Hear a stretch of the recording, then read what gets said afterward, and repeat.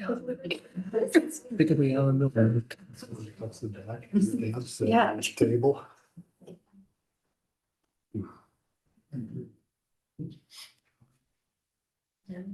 They're doing the old classic. They're all trying to go. Yeah.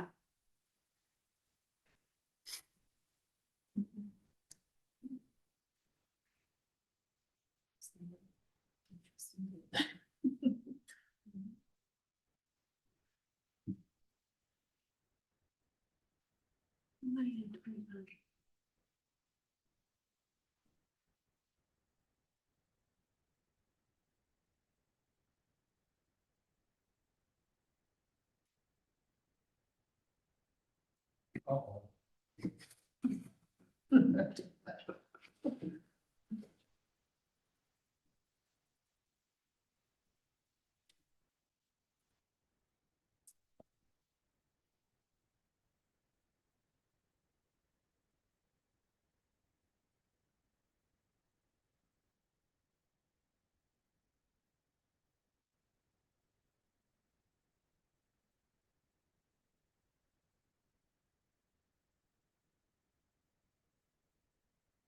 Call to order the meeting on Monday, July 20th, 2026 at 6 p.m. Please rise for the pledge.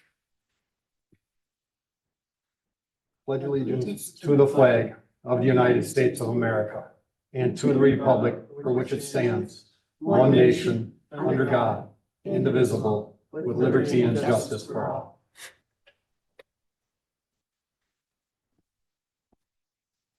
Roll call, please, Jenny. Mayor Vogel, Here. Councilmembers Robinson, Here. Udvig, Here. Faunus, Here. Mulebauer, Here.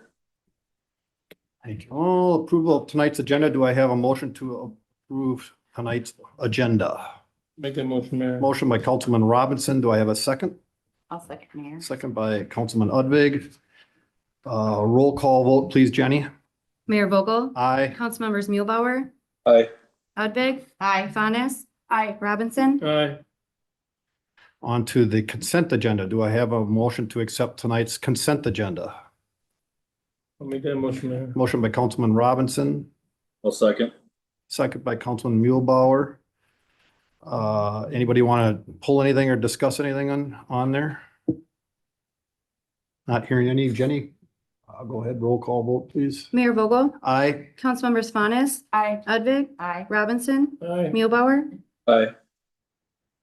Okay, on to meeting open to the public. When it's your turn to speak, just feel free to come up. Just state your name, state your address if you would like. It's up to you, but just state that if you're from St. Francis, and state your name, please. So anybody wishing to come up, come on, come forward, please.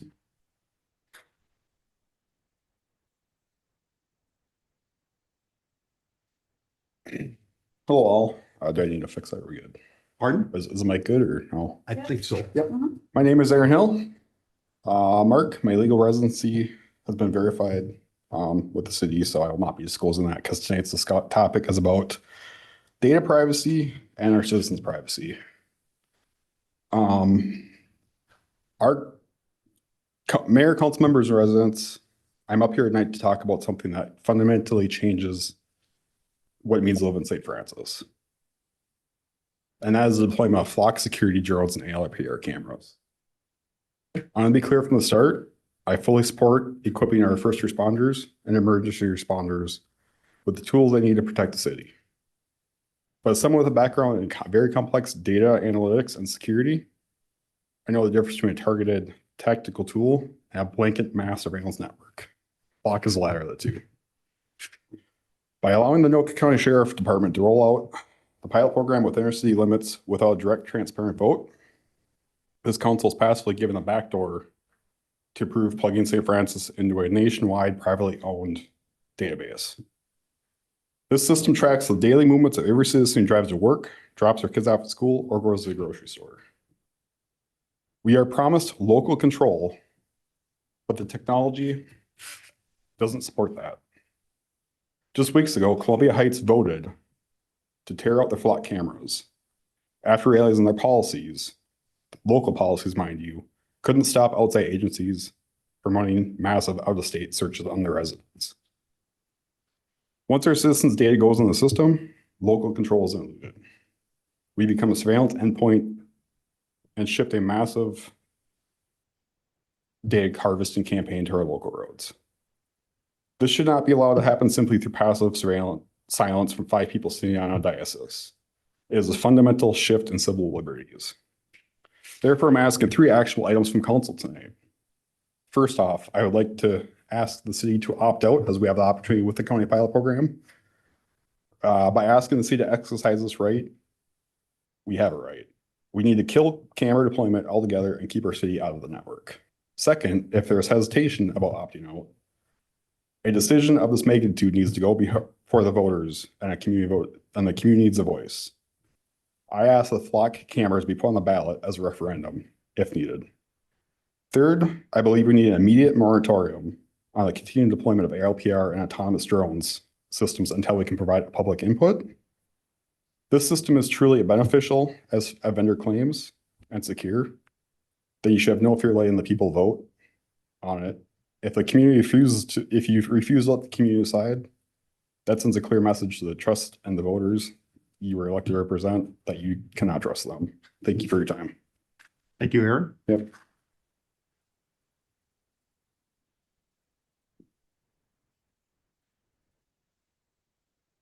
Come on forward. Don't be shy.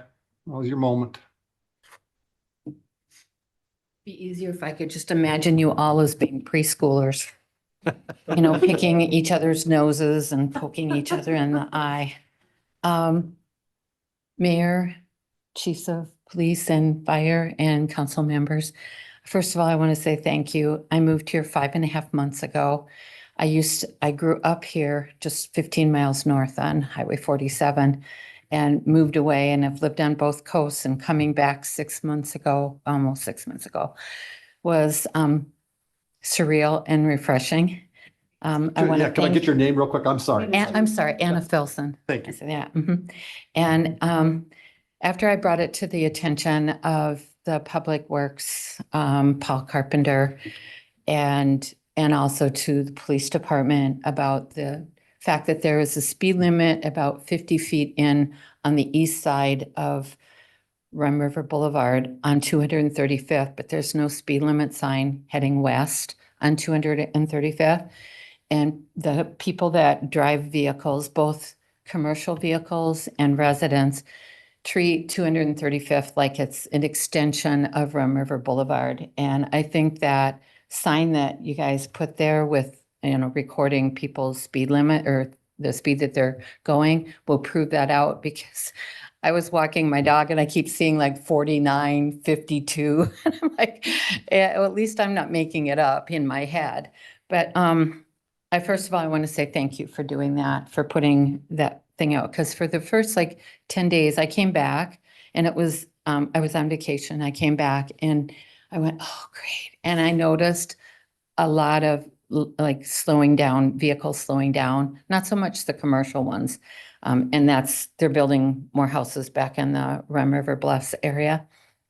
But anyway, thank you for your attention to that and for getting that done. So eventually, hopefully, we'll get a permanent speed limit sign. I hope it helps. I mean, yeah, you know, people are distracted. I understand that. But my concern is, I want to bring up one more issue on 235th at Rum River Boulevard. Both sides of Rum River Boulevard at 235th have paved walkways, and they both pretty much empty into Rum River Boulevard. I noticed that at the parade, and I was like, why is it that there's no marked crosswalk? Because it's so dangerous. And here's my points on the danger. If you're heading north, right by the high school, it's 35 if it's flashing. But then there's a speed limit sign, an old orangish kind of one that says 50 miles an hour. And past that parking lot that's on the east side of Rum River Boulevard, it goes there. There's a sign that says 50 and it's got the like double S curve warning that that's coming. And then about 50 feet further north, there's a white with black numbers speed limit sign 55 miles an hour. That is literally from the distance of this building away from the crosswalk. So you know, are we asking the kids that ride their bikes and walk and elderly people who walk their dogs? When I've met them on the path, they tell me they park at Rum River North parking lot for the county park because they're afraid to walk across, because from the north coming into St. Francis, it's 55 miles an hour until you hit the 50 and then the 35 by the high school. And what I'm asking for your consideration, if you would consider, and this is after I talked to Mr. Carpenter, he recommended that I talk to Julie Barstad. Is that correct? She's She's commissioner. Yep. yes, commissioner for this district. And she said it's not up to her. It's not up to them. It's up to, well, first she told me it was the state highway and I said, I don't think so. But I did call the DOT and they confirmed. And they said that if St. Francis wanted help with a feasibility test, they would help with that. I'm sure a cost would be attached to it, but that's what she said. And then when I talked back with Julie, she said, well, because it's in the city limits, it's up to the city to determine the speed limits because we call it Rum River Boulevard. It's not within the city limits, it's Rum River Boulevard. Once it gets out, it goes back to County Road, whatever. And so she said it's up to the city to determine if the speed should be changed. And you don't need her permission to do that, is what she said to me. And I said, I'm just amazed with 250 houses on the west side at 235th and countless, probably more than that, on the east side. And I have seen, since I've moved there, I walk my dog 4 or 5 times a day because he's a puppy. And yes, he is licensed. Come on, I was married to a cop for 30 years. I had to live by the letter of the law. But the thing was, though, is I noticed when I was standing at that intersection with my little 2-year-old boxer puppy, weighs 72 pounds, he can drag me if he wants to. But he wouldn't go forward. He put his feet forward like, nope, I'm not crossing. I couldn't see because the brush on the northwest side of Rum River Boulevard, the brush is so thick where the curve comes like this part of the curve, you can't actually see if there's vehicles coming. And then it's a very short distance from when you can see them to that intersection. So much so, when my dog wasn't going to let me go forward, I mean, he was pulling me backwards, there was a semi coming and I couldn't see it because the brush you know, those guys that came around, you had them, they were City Works or whatever, and they cut down all the brush and trees in those ponds up there.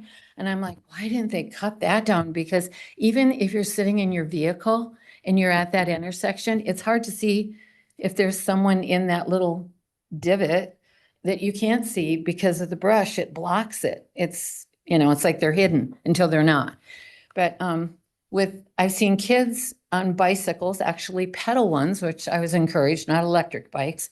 They were getting exercise and fresh air, coming across, and they have their fishing poles in their backpacks and they're biking across. Well, with my education is in early childhood education, and I know that your frontal cortex lobe doesn't develop. Insurance companies will back me on this until sometime around 25 for men. Sorry, guys. Not an insult to man. Girls are usually between 17 and 18. But for small children, they don't put 2 and 2 together. Their frontal cortex can't say truck coming fast or car coming fast. They're just going to shoot right across. And having had 2 sons that's already passed away, I don't want a parent to join my club. I don't want anyone to join my club. It's a hard club to belong to.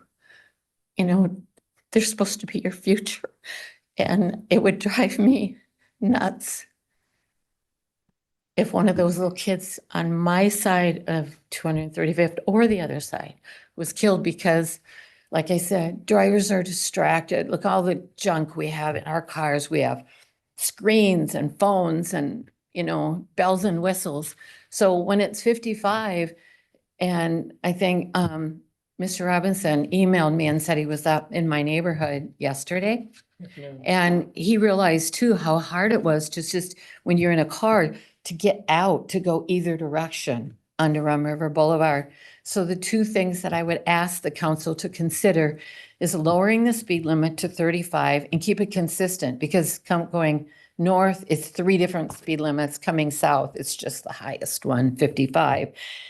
And the second thing would be to trim back that brush. And if those things don't work, and we still have people going through there very, very fast, I'd be willing, I have lots of time on my hands. I'm living well on the PERA benefits, sadly, to door knock and get donations. I've already had neighbors that talked to me about that, and they were supposed to come tonight, but I don't see any here. Like I said, people get busy. I'd be willing to door knock and take signatures and donations to get a painted crosswalk and those green signs where they can push a button and the lights light up to get drivers' attention that someone wants to cross. And I actually know one of the 3 people that hold the key to the vault and 3M to the sign, the paint, the magic stuff that glows in the dark. And so, I'd even ask them, give me a quart of your green paint, and I'd paint some of the old signs. I mean, I'm willing to do anything to save a life, because I think anyone who's worked in law enforcement or firefighting, the worst call is when it's a child down. And I don't want it to happen. And as scared as I was to come and talk to you all because you're bigger than 5, it's worth the effort to have you consider at least trying by lowering speed limits. Hopefully that'll help. Maybe put those orange markers on the signs to show that it's changed. And then the brush, get rid of the brush, as it's huge. I mean, if any of you drive up there, you'll be shocked to see it, because there's a couple of trees and then a bunch of underbrush, and it's right, it's in the easement way. So, but thank you. I appreciate you, and I will respectfully wait. I won't bug you all. I might bug Mr. Carpenter, but thank you. Thank you. Just gonna pause for one real quick second on this. When a neighbor comes with something like that, Paul, I know you've met with her or whatever else, what, are there other steps we can do? I mean, do a sit down with the county and us and her, or how? So Mayor and Council, typically in a case like this, it's a county right away. So I'll oftentimes reach out to Jim here in town who deals with the county, or in this case, I believe Kate also reached out to Joe McPherson, the engineer for the county. So we've been reaching out multiple different ways. Typically with Public Works, if the brush I didn't know about until this evening, and I'll obviously be inspecting that. Typically the county's pretty good. If I want to get rid of something, the state doesn't let me work on there right away, but I can work with county. So that this shouldn't be an issue at all. The brush, we'll have that done probably by the end of the week. So, Something like the speed on the sign, if somebody wants to try and lower the speed limit. so Todd probably is a better, I believe there would be some, we've done it a handful of times in this city since I've been here. And I'm pretty sure it takes an engineering and traffic study to be done, usually through the road authority in coordination with Commissioner, Transportation Commissioner, who I think. I don't. Usually there's a traffic study and an engineering study involved. So they'll do, and maybe Kate can account for this, but there's in vehicle counts, they do some speed studies out there.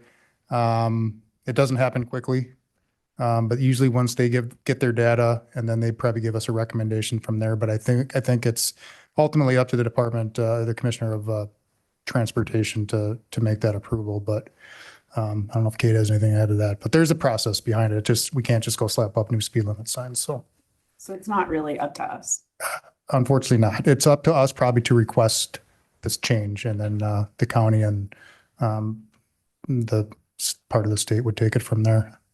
Well, I'm very familiar with what she's talking about. I mean, I drive it all the time, and I know another neighbor who lives right there is very concerned as well. I'm just curious, how can we get the ball rolling, I guess? I understand it'd probably be a long time and maybe a no, but how yeah, and it sounds like some phone calls have been made already. So I think we'll start with the county since it's their road, and they'll give us direction from there. And I think we can proceed how they would request us to proceed. So. Thank you both. Thank you. I drive through there pretty often too. It is like, you go way too fast through there. Yeah, and the 50 mile an hour speed limit is a recommended speed for the curves. The 55 is the enforceable speed, and then the 35 is the school zone speed at only certain times of the day during school, when school's in session. So, yeah, there is 3 different speed limits there at any given point. But again, the curve one is a recommended, it's not really enforceable, so. Thank you. Anybody else wishing to speak? Come on forward.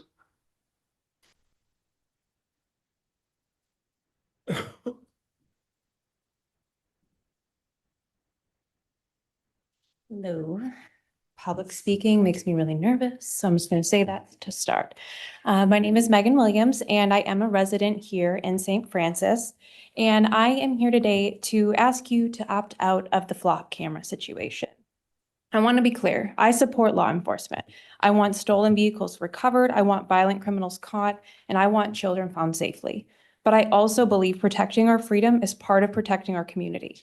The question before you today isn't whether or not technology can help solve crimes. The question is whether we want to build a permanent surveillance system that records the movements of thousands of innocent people every day in hopes that it may help find a few who have committed crimes. Every single one of us becomes a part of the database. There is the argument that I'm sure we've all heard, if you aren't doing anything wrong, you have nothing to worry about. Privacy is about freedom. We have the right to a reasonable expectation of privacy, and that does not mean that someone has done wrong. It's about being able to live your life without every movement being another data point stored in a system that you don't control.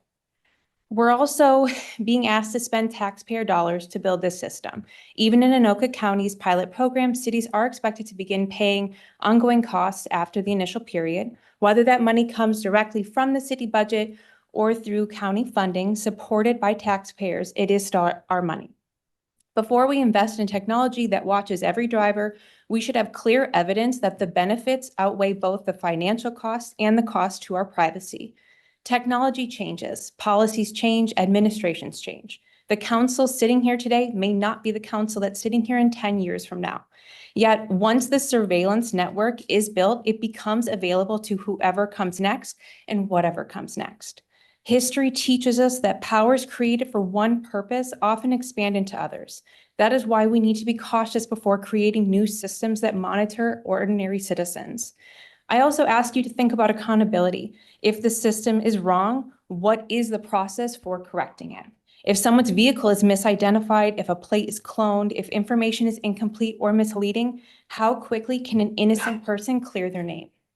Technology should never become a substitute for due process. Finally, I'd ask you to remember that it isn't just a debate happening here tonight. Communities across Minnesota have wrestled with these questions. Some of these communities have ultimately decided these concerns, some that I've addressed tonight and others that I haven't, don't outweigh the benefits and have chosen not to go forward with using these cameras. I hope our city will carefully consider these lessons and our concerns before making a decision that cannot easily be undone. Public safety matters, but so does the privacy, liberty, and the principle that innocent people should not be tracked simply because they exist in public. Thank you. Thank you, Megan. Mayor, can I ask a question? Sure.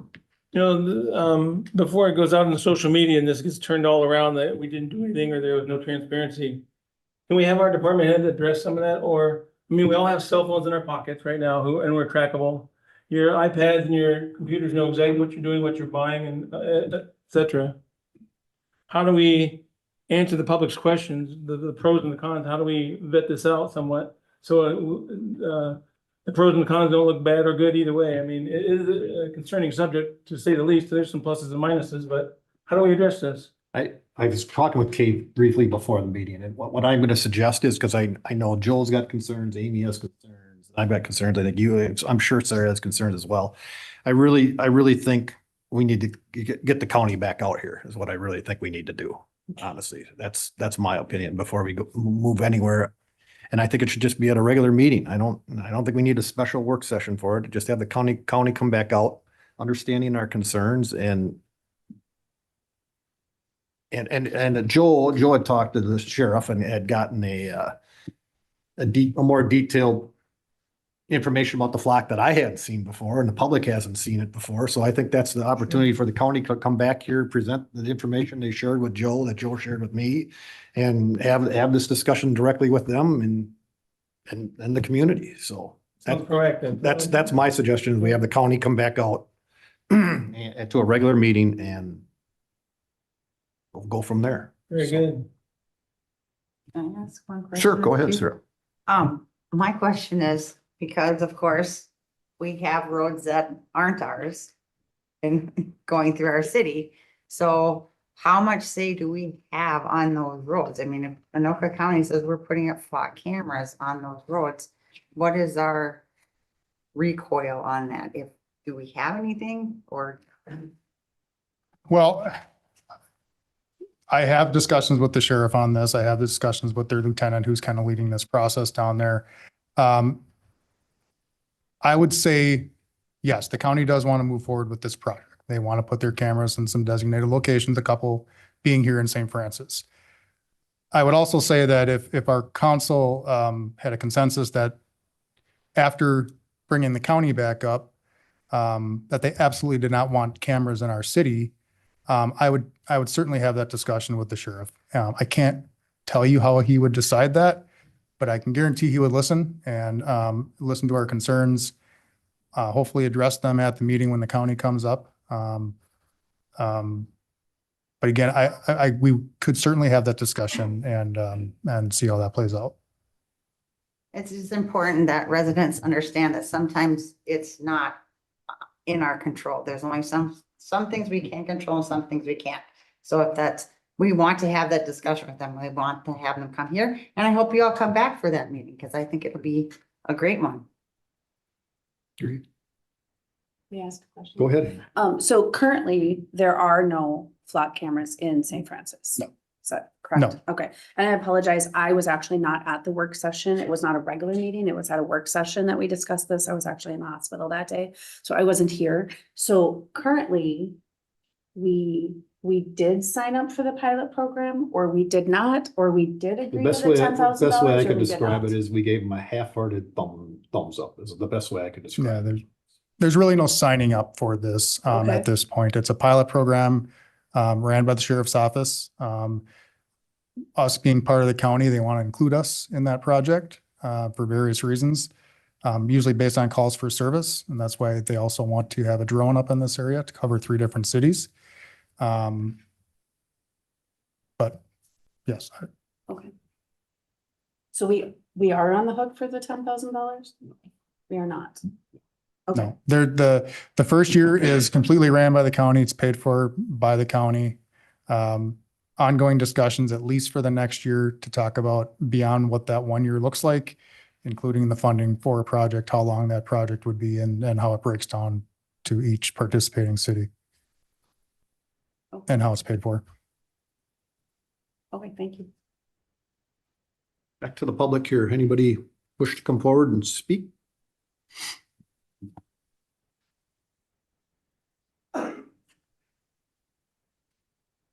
Good evening, Mayor and Council. Dustin Pavic, 23617 Edelweiss Street. I'm going to go the other way. I completely support flock cameras 100%. I work for a metro city. We've had them for 3 or 4 years now. And to see how they work every week, every month when we get updates is wonderful. The things that they have helped us done are great. Are they perfect? No, not by any means. And they are new. It's new technology and we're learning things. I think all it would take is one abducted child to come through the city to get caught, that everyone will be, wow, I'm glad we had these. One does and we don't catch them. I don't know. I support them 100%. Thank you. Hey, Dustin. Thank you. And as long as you came up real quick, thank you for your service on planning and zoning. Appreciate it. Thank you. Anybody else?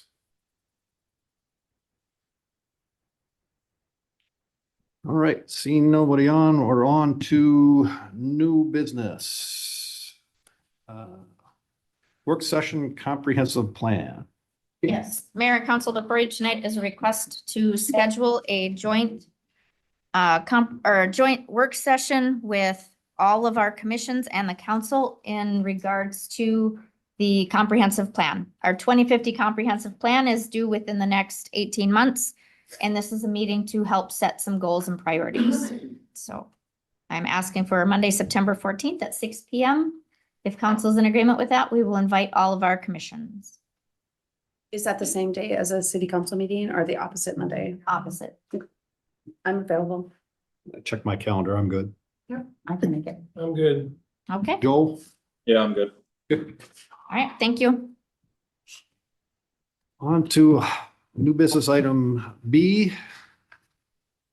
Fiscal year 2027 preliminary budget discussion. Natalie.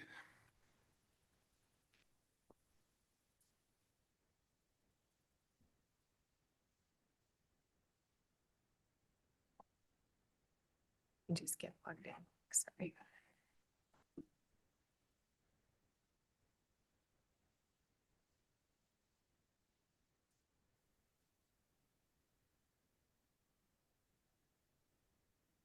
Can you see it, Jenny?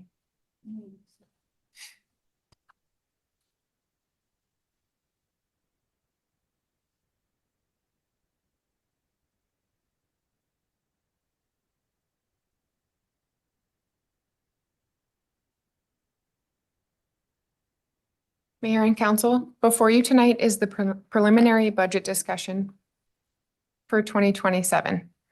City staff have been developing the 2027 budget over the past several months. This budget discussion provides an opportunity for the city council to review the proposed budget, provide direction to staff, and identify any desired changes before the preliminary budget is presented for adoption in September. Upon adoption, the preliminary levy will be certified to the county. The annual property tax levy history from 2018 to the proposed levy for 2027 is shown in the figure on the screen. The budget is currently at 10.17% increase over 2026.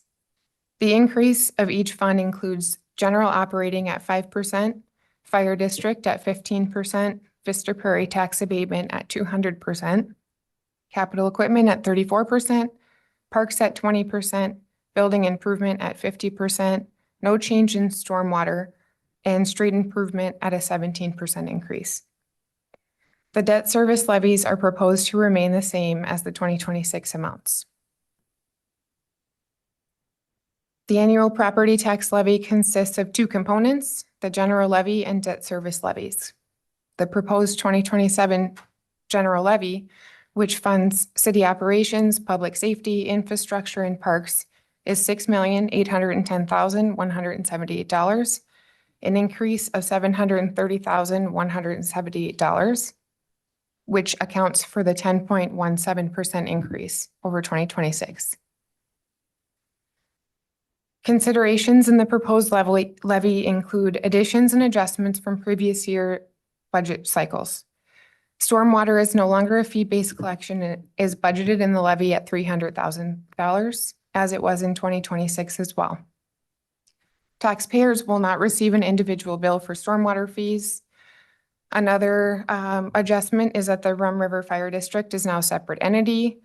The Rum River Fire Board approved a 2027 total budget of $1,056,200. The joint powers agreement between the City of St. Francis and the Rum River Fire District states that their budget needs to be approved by both governing bodies, St. Francis and Bethel, before a final number can be included in the city's levy. The chief of the fire district will present the budget for consideration following this discussion. Another consideration to the levy is the tax abatement for Vista Prairie. The abatement is budgeted at $200,000 for 2027, which is an increase of $150,000 over 2026. Vista Prairie pays their full taxes to all agencies and will then receive the city portion back as a refund. The tax abatement is set at $200,000 a year, or $1,975,000 over the 10-year abatement period. The city must place the refundable amount in the general fund to ensure Vista Prairie is paying their full tax capacity. This amount does not get collected or paid for by the residents as it's not an operating expense. We're also waiting on the numbers from Anoka County to calculate the fiscal disparities, net tax capacity, market values, and joint value amounts for the year 2027. The numbers shown in the preliminary budget are estimates with respect to the net tax levy calculation. We should receive those numbers from the county late August, which we will bring back to present to council and the public. The remaining portions of the levy are allocated to capital funds, which include capital equipment, building, streets, and park funds. The CIP presentation received approval at the July 6th council meeting. Each of these levy amounts goes into the fund for the projects listed in the CIP. The total amount to be included in the levy for capital improvements include $235,000 for capital equipment, $75,000 for building improvements, $300,000 for stormwater, and $840,000 for street improvement projects. The proposed amount of capital improvements to include in the 2027 levy is $1,750,000. There are several factors that are driving the proposed increase in the general fund budget. First, personnel costs account for an overall increase in every department. This includes salaries, overtime, health insurance, Social Security, Medicare, para, and other employee-rated expenses. The city employs 39 full-time staff with 31 positions primarily funded through the general fund. Some movement is coming from the city council budget, which you'll see a decrease in due to movement in items over to administration. Staff deemed some movement in some of the funds for better allocation purposes for future planning, including the newsletter, which was deemed a function of administration. So the full cost of that moved over to administration. We're seeing an 8% increase in computer consulting fees for 2027, which impacts all departments.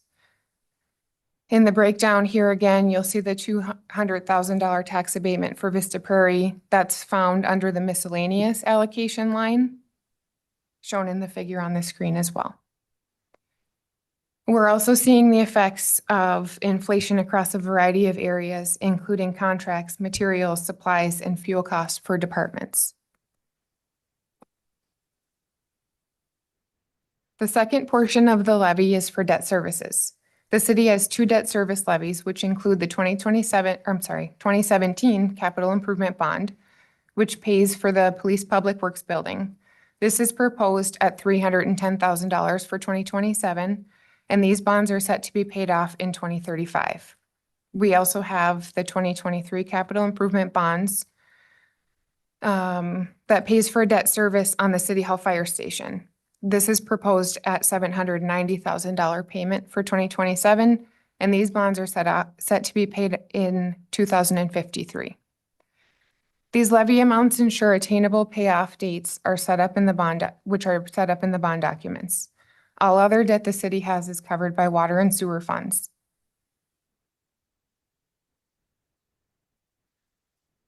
Still some unknowns as we're a little early in the budgeting cycle right now. We need to hammer down before preliminary levy is set in September, include overall insurance costs for the city. This includes building, liability, workers' compensation coverage, health insurance costs. We should know these numbers by late August, early September, which we will include in the preliminary levy numbers.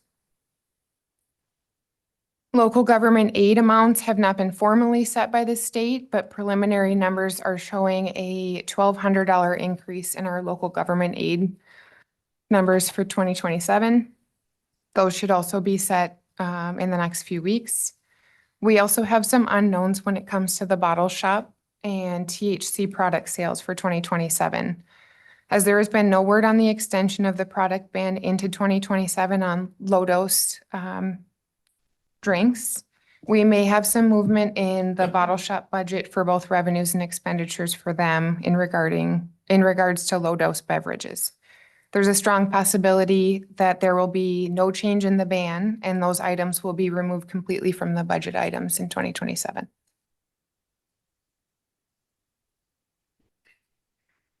The budgets not attached to the tax levy include the water, sewer, and liquor funds. All three of these are fee-based and revenue and expenditures are produced from the sale of the three funds. Staff is looking for input and discussion from the council on the current standing of the 2027 preliminary levy. Any adjustments would be reflected in September to be certified to the county.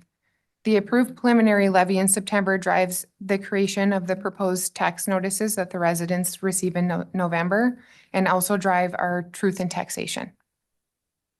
September sets the city's maximum levy. Adjustments down are still possible until the December budget meeting. With the help of Kate and all the department heads, I'm happy to answer any questions that you might have regarding the budget discussions. A lot there. Who would like to go first? I'll go first, Mayor. Thanks, Kevin. The liquor store situation is concerning. Because I think their sales represent almost just under $100,000 a year in sales, not profit, but sales. So that the THC beverage industry has exploded. And the federal government doesn't do something and that'll change the dynamics heavily on our liquor store. And that's a piece of real estate as well as employees that you can't just have to create jobs, money in, money out equals zero, equals easy, goodness gracious, equal money. So that's a big deal. That's concern, should be concerning to all. Other than that, I really don't have anything else profound to say other than I'd like to see what the county can put in and said, I guess we'll accept it as it is. Like I'm talking to some friends of mine, inflation's 3%, we're asking for 10%, and some of us aren't getting 2% or 1.5% of Social Security.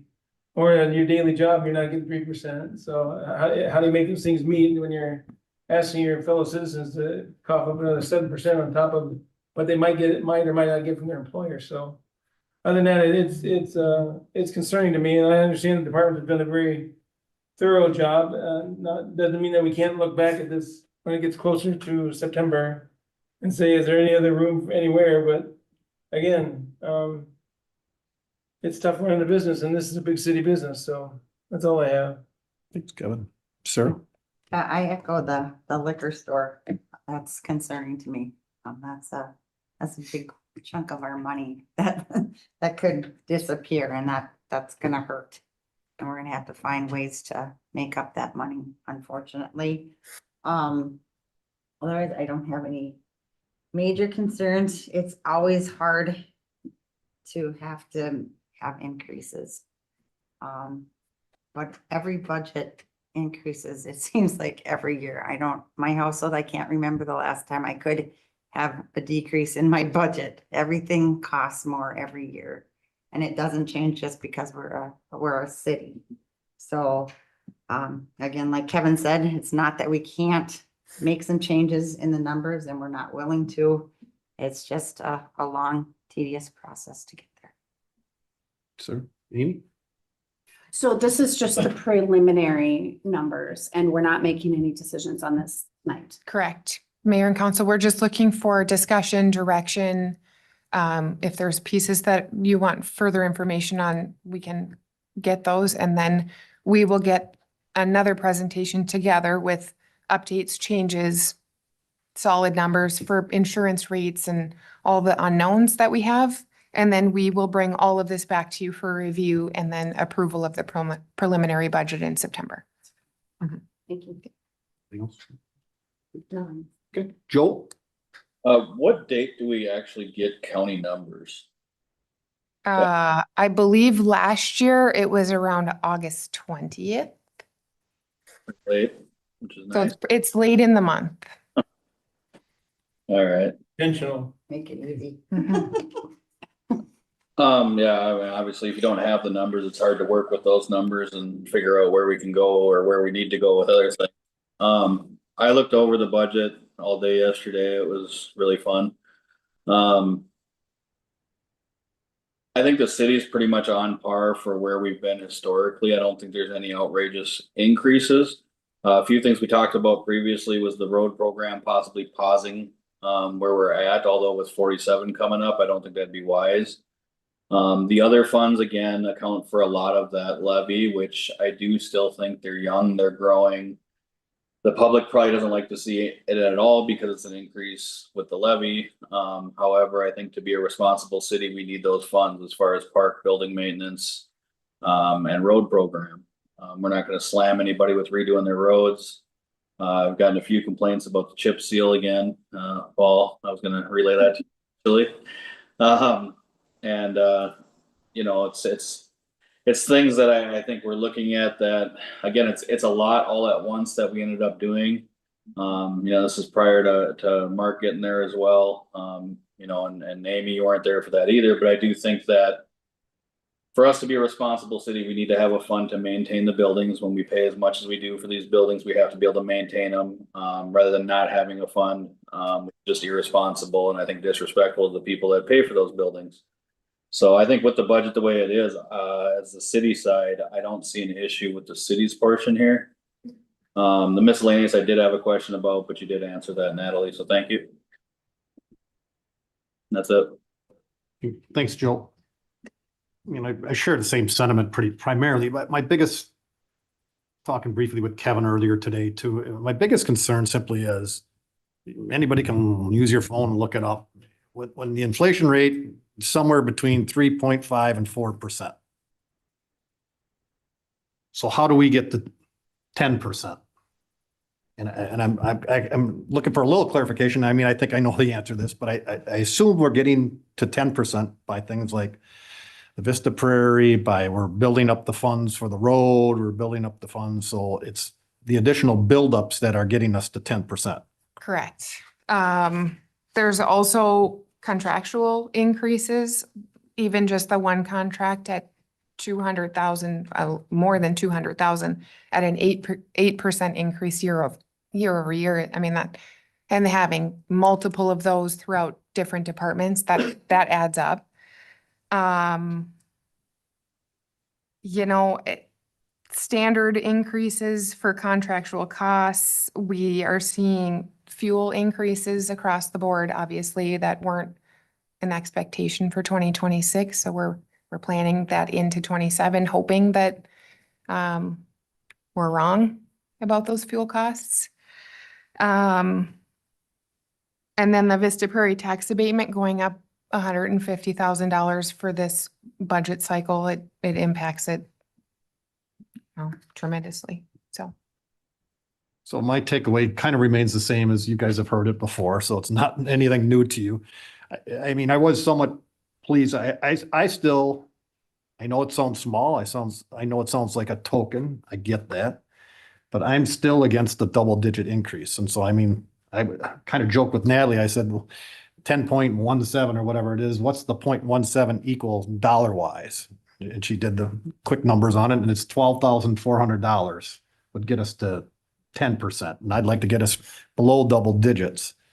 So my take is if we gotta, as I said before, share the pain a little bit, if we've got to cut $20,000 out by not increasing the park fund as much, I think we should always be increasing them. So I'm not saying we don't stop, not increasing the park or not increasing the road, or a combination of two or three, or maybe the fire department doesn't get exactly what they asked for.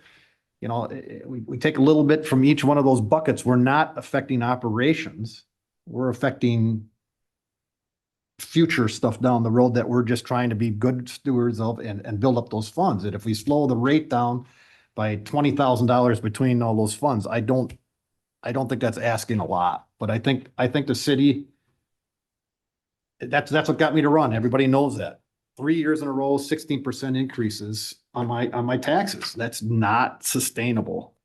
So I'd like to see us get this overall operating levy below 10%. Again, I've said it till I'm blue in the face. I get it. The budget's always going to go up, as Sarah said. It's not something we can ever say no. And to be good, prudent stewards, we need to increase those funds so we have the funds available when we need them. But so that's my only comment is I'd like to see us get it right below 10% and see what that looks like. So anybody else, anything you want to add? You have kind of direction then? I think we're good. Thank you. Thanks, Natalie. Yeah. On to item C under new business, Rum River Fire District budget approval. Chief Schmidt. Mayor and council, before you is the approval process for the Rum River Fire District budget for the 2027 budget year. Back on June 23rd, the fire board did unanimously approve an operating budget of $1,056,200. This budget does not include any new positions for next year. It also reflects the additional charges as the district, as far as the fiscal agent services at $24,000. The lease payments at $48,000. We had to add our own line item for legal services. As Natalie just touched on, the Metro INET technology increases were a little bit more than 8% for us because we're finally getting our full snapshot year of a standalone district, and does include a 3% cost of living for all staff for the 2027 budget year. Running the budget through the formula, we landed on, and this was my error, $999,180 would be the city of St. Francis's share. And with that, I'd be happy to answer any questions you may have. Who would like to go first this time? I'll go first, Mayor. Thank you, Kevin. Go ahead.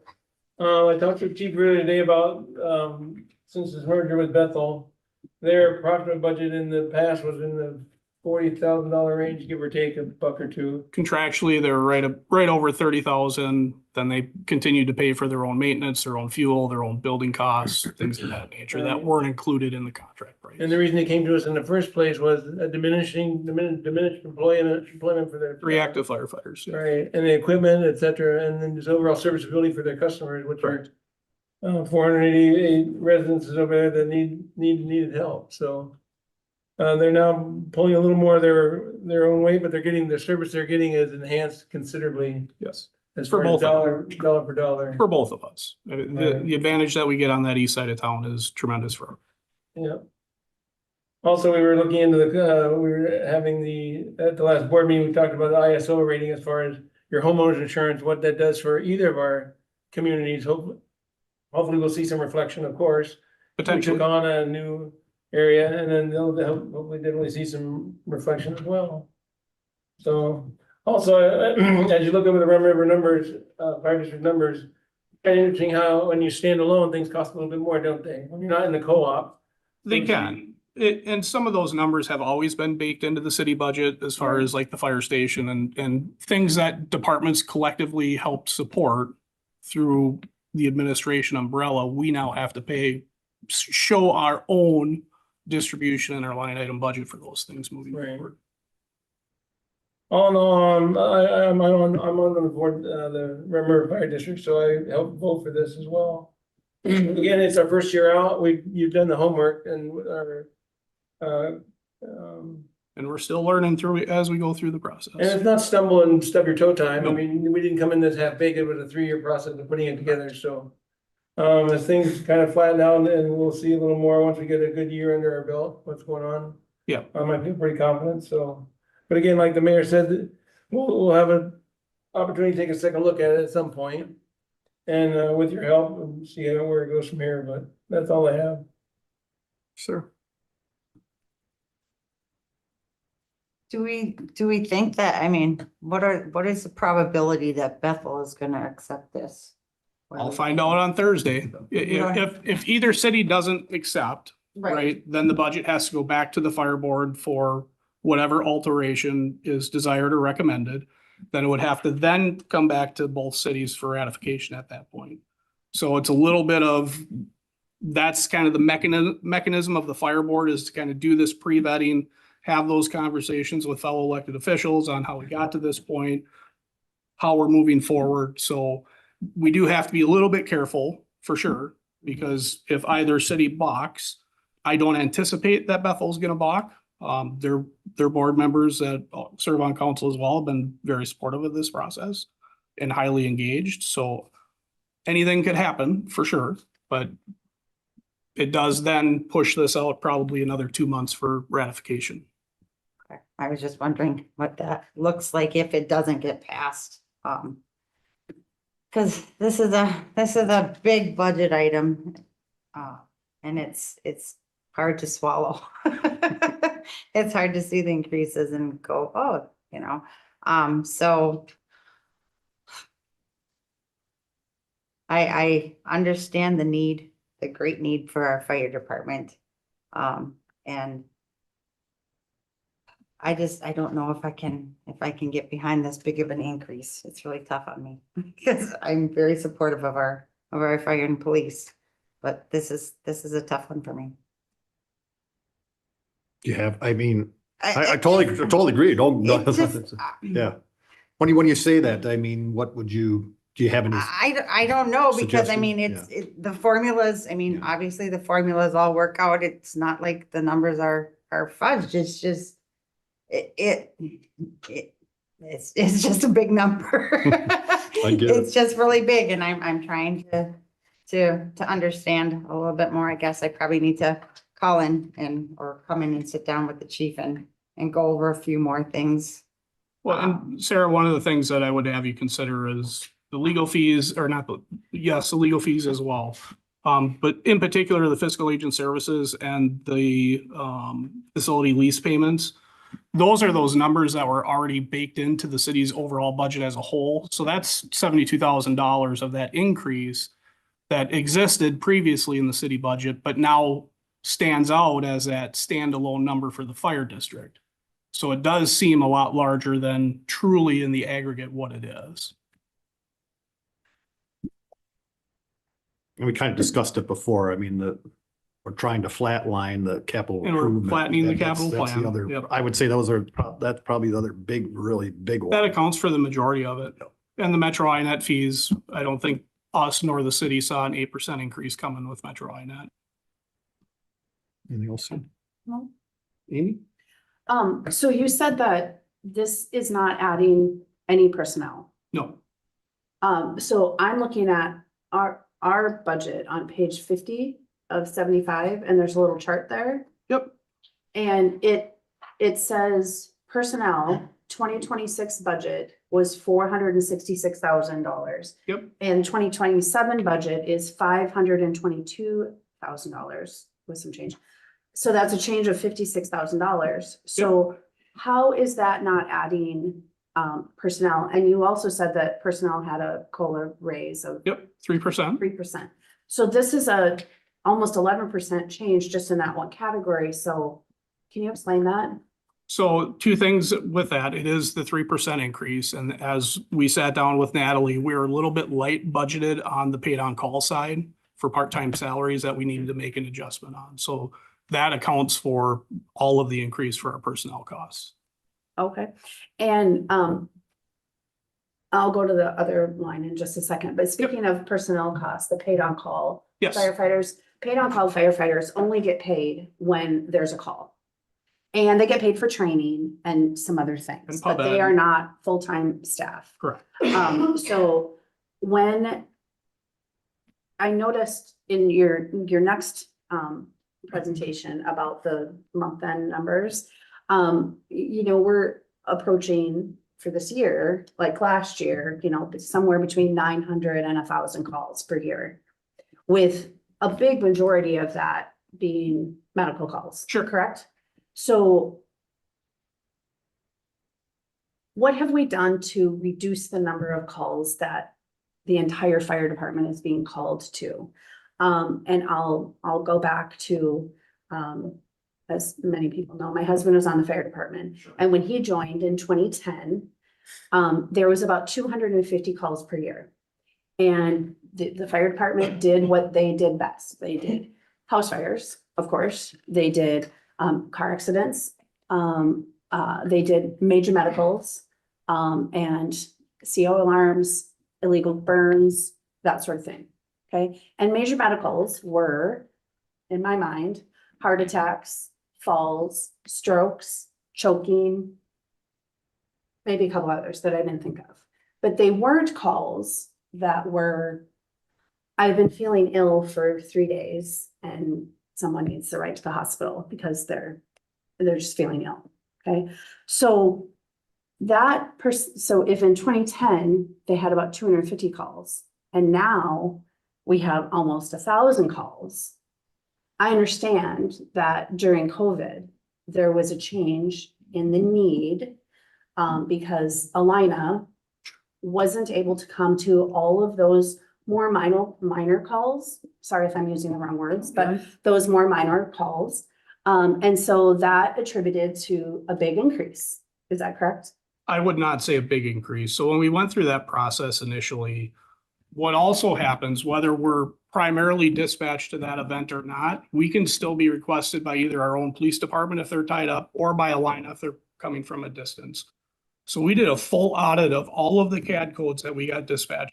In 2020, out of all of the CAD codes that we are being dispatched to today, if we didn't make a change, it was a net loss of 27 runs because we're being requested that often by either our police department or by Alina. Since then, we took off some of the lower acuity calls, such as a G-tube came out or a PEG tube came out. We've also worked with Select Urgent Care where they direct dial to Alina and it doesn't go through an automatic dispatching system. We also moved 2 different types of CAD codes over to a duty officer response only. So we're continuing to evolve our response model based on the trends that we see. Ultimately, at the end of the day, an average call for us for 3 or 4 firefighters to show up, even though we page out the entire department, is about $125 per incident, right? So we're not talking about a massive cost cutting if we were to reduce our responses by even 100, right? But every city around us, every city in the state, every city in the country has seen double-digit increases in run volume since 2019. COVID was a partial factor of that, but we haven't seen them go down. This year is the first year in my time here where we're actually starting to trend at a decrease for our runs. We're running about 2 or 3% behind what we were last year. So we are starting to see that flatten out a little bit, which is a good sign, right? That is good. About a month ago, the supervisor for Alina was here. Yep. And I enjoyed what he said, and he alluded to that, he didn't allude to it. He said that they have different rigs and different groups of people that go to those lower acuity calls. And he said that the outcome is no different to have this group of people go to those lower acuity calls than having the paramedics and the EM, you know, the more higher trained people. And so I'm wondering why, if Alina is going, and he said that they're not having any staffing issues and they're not regularly taking too long to be there. I'm wondering why we're still going to those lower acuity calls when I understand that if Alina is not available, just like you said, they can always call you and say, oh, there's this call. We can't make it. Can you come out to this one? Why are we paging out the entire department for all seemingly, maybe not all, those lower acuity calls when Alina already has somebody coming and he said that they're not having any problems handling those? Keep in mind, they can always call you when they need help. Maybe they can't get to 10% of them and they can call you to those, in a quick time. Yep. So I guess I'll answer this 2 ways. One, I'm less concerned about the perspective or perception of what Alina believes has value, and I'm more concerned about what our taxpayers believe that has value. Amen. Right? They're going to come in and they're going to tell you, they're going to give their presentation. As the fire board, we're going to meet with both our medical director and Alina in August, so we can continue to have a more nuanced discussion about Alina's position or some of the statements that they made. I'm not going to disagree with anything that they said, but we're going to have a more robust discussion on what that looks like. As far as why do we page out the entire department, I'll give you this example from a week ago. We got dispatched to a 3-month-old not breathing. Okay. Pretty serious event. absolutely, that Station wouldn't be 2 one was I would paged say, out. don't send everyone. Yep. Yeah. Nobody was available for that call. So we paged out station 1. Nobody else was available for that call. We paged it out a 3rd time and we finally got somebody to get out of bed. So it took 3 pages on a significant event. The point of that is I don't get to pick and choose who's available. We have 26 firefighters. It took 3 pages to get more than one person out of bed, right? So whether it's somebody who fell or a house on fire, I'm counting on 26 people. I have to take this larger approach to ensure that we have people that are able to respond. You're never gonna get away with that, get away from that in a paid-on-call fire department. Do we continue to evaluate where we have ultimate effectiveness? Yes. Do we continually evolve our response model because of that? 100%. But we're also accountable to the expectations of the ordinary citizen. And I don't know how to unpack that. We've had a number of discussions about this at the fire board. We don't know how to unpack that collectively because the answer isn't just also no. Right? We do have to do continuing community education, which we always do at the point of contact on what may be seeming a lower acuity event. But just because we don't make a necessary difference in their medical outcome, we may make a difference in the next time they decide to pick up the phone to call for service. Right? So there are outcomes here that don't show up on a line of the spreadsheet and certainly don't show up on ours because we never know the totality of it. Right? So to me, 30 years into this, when we touch somebody, every time it has value. Right? And to be the person on the other end of the line that is in a state where they decide they have to call 911, 18 minutes might as well be 180 days. Right? I'm proud of the work that we do. That doesn't mean that it's not going to change or evolve. I think we're in a really good spot with where the level of service that we provide and the amount of times that we're called for service. We will continue to evaluate this. Again, the fire board, we've had this discussion a number of times, and we will continue to find that sweet spot where we have the greatest amount of outcomes, regardless of whether that's life or death or fire loss or not, based on the community expectations. Well, and I hear what you're saying, but for me, I have been the person who's had to call 911, not recently, but as long as someone who is trained to show up to help me, I personally don't care if it's the fire department or the police or an ambulance. As long as someone showed up to help me, if it was a medical situation, obviously Alina ambulance services is very qualified to do that. So I don't see the difference in when you're saying the taxpayers expect the fire department to show up. I think as long as they get helped in a reasonable amount of time based on their need, I think that is the service that they are getting and would be happy with. But you're right, if you have to wait 18 minutes, I'm not saying that's reasonable, but I think that we should find a way to have Alina used to be stationed here in our city more. And I think we should find a way for that to happen again, because that is going to reduce call times, right? If they're closer, it reduces call times, right? And so I think that we should, I think the increase here for almost 11%, when everyone's just getting the 3% COLA raise and you're not adding new staff, I think that is, and I heard what you said, that the first numbers were too low, but I think that there's some wiggle room there. And I think that, I think that's a big number, and that's kind of what has stuck out to me. The other one that stuck out to me is services. Yep. And that probably is just because of the 2026 being the first year and we put different things into the 2027. But that's a pretty big increase there. So maybe I don't understand which items are included in services and which ones are not, because that's a big number. Yep. So the big ones in services are the 24,000 for the fiscal agent fees, 5,000 for our own legal coverage fees. Our computer consulting went from 21,000 to 45,000. So that's a pretty large increase for Metro Iowa alone. Do I have those numbers that you're reading? No, you have the overall spreadsheet that we have. Oh, okay. I think those individual numbers might be helpful for the And council. the lease, fire station lease is 48,000. The rest of them remained fairly flat. Okay. Would we be able to see those numbers? I can email you the services Okay. bucket. Yeah. Okay, well, and any line items from these categories, I think that would be really helpful for me to understand. I haven't looked because I'm on the board. Yeah, Is you it, saw it 'cause you're on the board. I haven't looked at because I'm on the board, but is this stuff available in the Rum River District?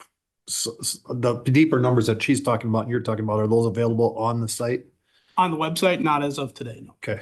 Okay. Can we get those on there soon? Let's put it on the agenda for the next fire board Perfect. and Okay. yeah. Okay. And when is that meeting? August 25th. Gotta look.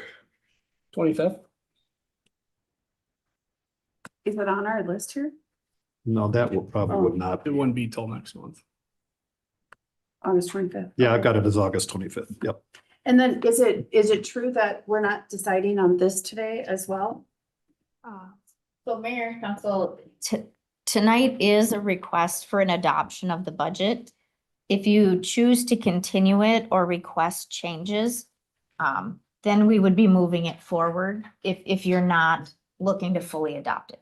So, Because I thought I saw an email from you that said we weren't deciding on this tonight. so we were only discussing the city.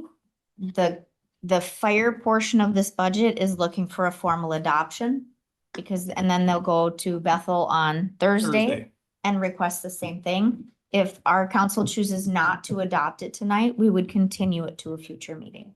And then they would go back, work on anything that you're looking for, answer any questions, and then they would come back to get a formal approval at a later date. So.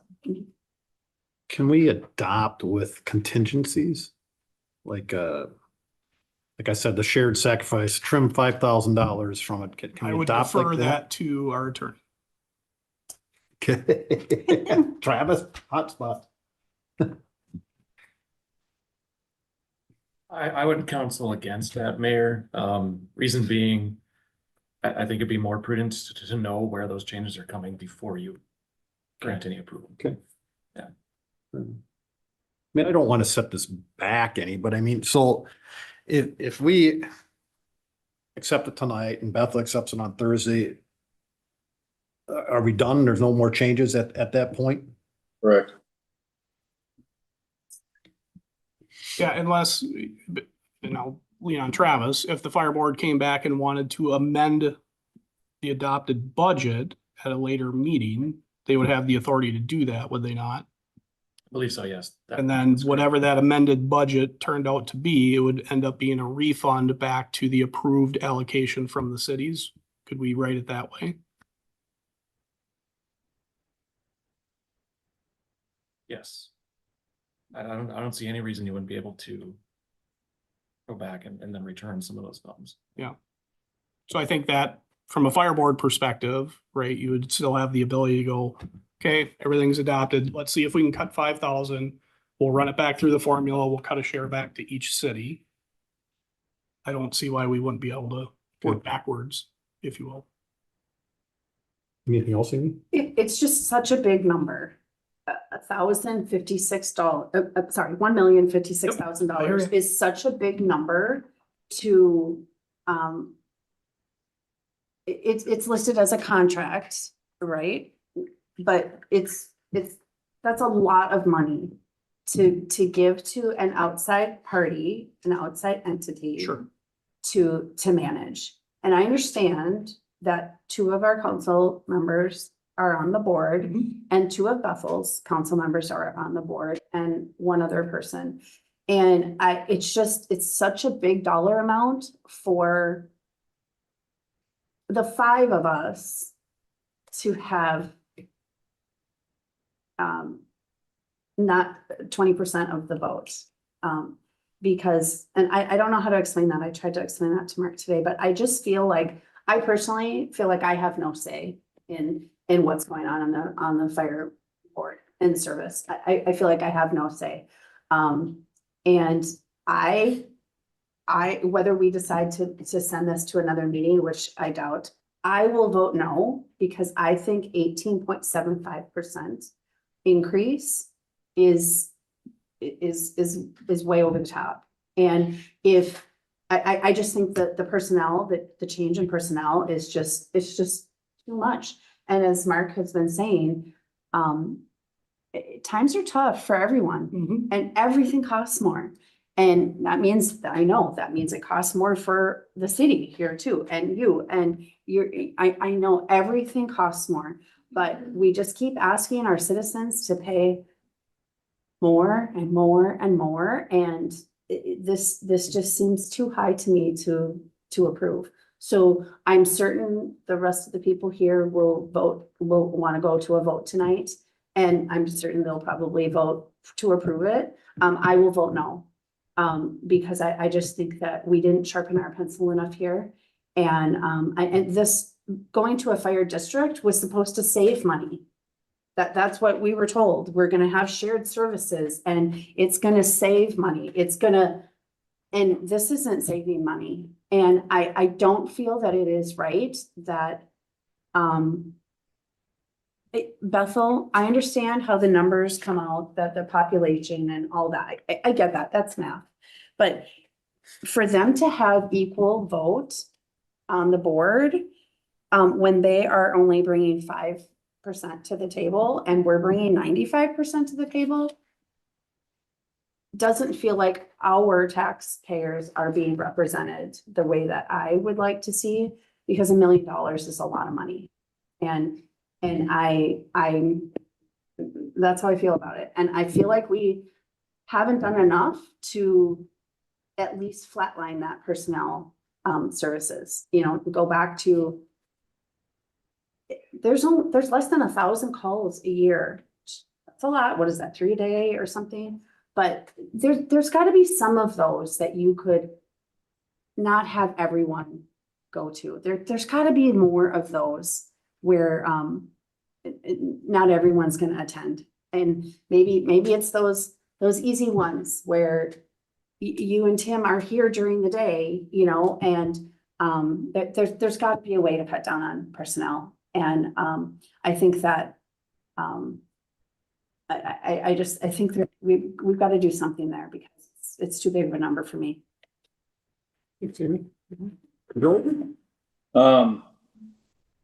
All right, so you mentioned personnel, and then raises for everybody, basically. It's going up to actually 12.5%, not the 10.81 on the sheet, but what's the current pay per hour per firefighter, and then what's it going up to, I guess, is what I'm curious about. Current pay range, let me pull it up. I probably would have called you ahead of time, but I've been busy, unfortunately, so. Oh, I hear you. We all have them.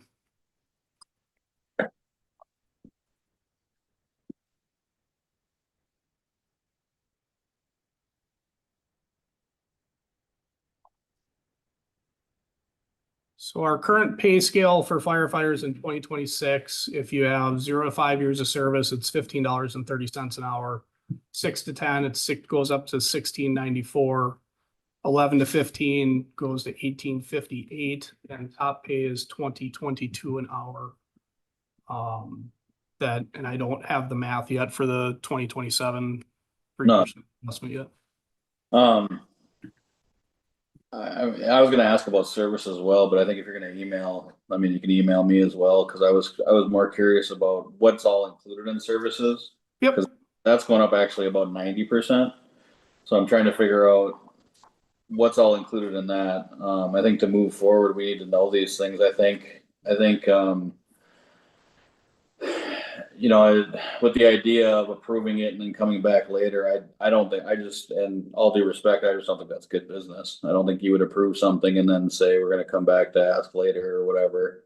I think we need to hash everything out here. I think, unfortunately, Dave, you're gonna be my pincushion today. That's all right. And I think, when we come to feeling the pain, I think we need to stick some pins in you here. I see a lot of these things. And I think too, obviously we get the packets, we read them, we get them late in the week and we try to hash everything out. And I did see you sent that email as well with the updated stuff. I do appreciate that. But I think we need to have more discussion on the fire budget as far as a council, and I'll definitely be giving you a call to understand more of this stuff as well. But I don't think, don't get your Powerball numbers from Amy, because I don't think I'm in favor of this either, so. I'm shocked. Okay, sorry. Doing the math, I think we have to, I don't know, I get some things, but I went historically back with the city stuff and the fire stuff, and I'm trying to figure out kind of where we're at and historically where we're going, and just kind of I don't know, trying to understand things, I guess, to the best of my ability you know, looking at it, I'm like, okay, where are we going here? What are we doing? And unfortunately, you have the department with the biggest increase, I think, overall, and granted, there's some percentages that are similar, but the dollar amount is a lot smaller, so the percentages don't necessarily equal the dollars. And that's kind of where I think we have to look at some of these things. So I would like to, at least I need to have a conversation with you, especially to understand more in depth a lot of these things. Again, services, I need to understand that better. You know, maintenance, that's not a big deal. Capital's not huge, but the capital improvement plan too, and the flattening of it, I understand the benefits of it. I also understand the detriment of it, and I think that is one of the biggest things that I have an issue with personally, is that capital improvement plan being flattened, just because I think the amount that it needs to go to be flattened is just way too high. You know, cutting at least, I don't know, I'd like to see at least 50,000 cut from the current ask, and I don't know if, you know, if you're gonna tell me that's not possible, well, you can bring forward, I guess, whatever you got, but I want to see a significant amount go down here, and I hate to say that to you or do that to you, but I just don't. A lot of it has to do with like not understanding the services and stuff. You know, if I see some of that stuff, I don't know if I'd change my mind, but honestly, I think it's too high to approve. I think at this point as well. So that's kind of where I stand with it. Not kind of, but that's where I'm at. May I respond to Joe? Mhm. Joe, I know where you were going with that, asking what the hourly pay was. I just want to say, I think $15, $18, $21, whatever firefighters get paid to get out of bed, leave their families and go help someone, it's Sure. not enough. I don't want anybody to think, I don't think firefighters should take a pay cut or not get increases, because it takes a real special person to do that job and want to help their community and get out of bed and go help that baby or that car accident or whatever it is. And so I don't want any firefighter to think that I'm saying that they make too much money, because that is not true. And there's just so many times they get up from a family dinner and go help someone. So I just don't want anybody to think that. So I'm glad that you're gonna send us the specific numbers. I definitely want to know where training fits into here. Because I know you Under have services. under services, Yep. but I know that you have a training officer. And so I'd like to understand more about how much training is done in-house, meaning it didn't really cost anything to have your training officer teach a class, maybe some supplies and things, but how much of the training classes are outsourced to another company? I understand there's a need to do that. So I would like to know more information about, you know, this number of trainings we had were done in-house, and, you know, whoever taught them, whoever that was. And all of these trainings were done by an outside company, and how much we paid them and what we got for that. That's what I would like to know. I feel that, having a training officer and 2 full-time employees, I just want to make sure that number makes sense. Most of our training dollars are fully reimbursed from the state. Whenever we spend on an outside vendor, we get the majority of that money back. We have to Okay. pay for it up front, but we do get the MBTFE reimbursements. Okay, well, how does that fit into the budget then? If it's here in Because we still have to pay for it, so we have to account for it as a budget line item. So it comes then back to you or previously to the city, and it is put in as a revenue? Or how does it get credited back to? It goes in as a revenue. Okay, well, I'd still like to know more about that and what vendors we're paying and how much we're paying them. I just think I just want to understand those numbers better. So if you could include that information. I don't know that I'll be able to pull all of our receipts, but we can certainly take a look and see what we can get you.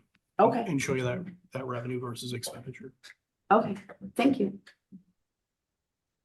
Anything else, Joe? No, that's all.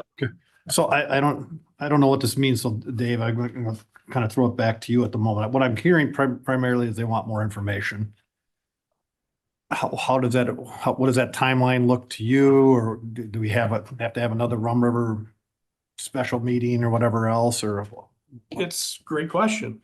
It's all new, right? Yeah, So, I think the first part would be, obviously, there's an actionable item in front of council that would need to be addressed.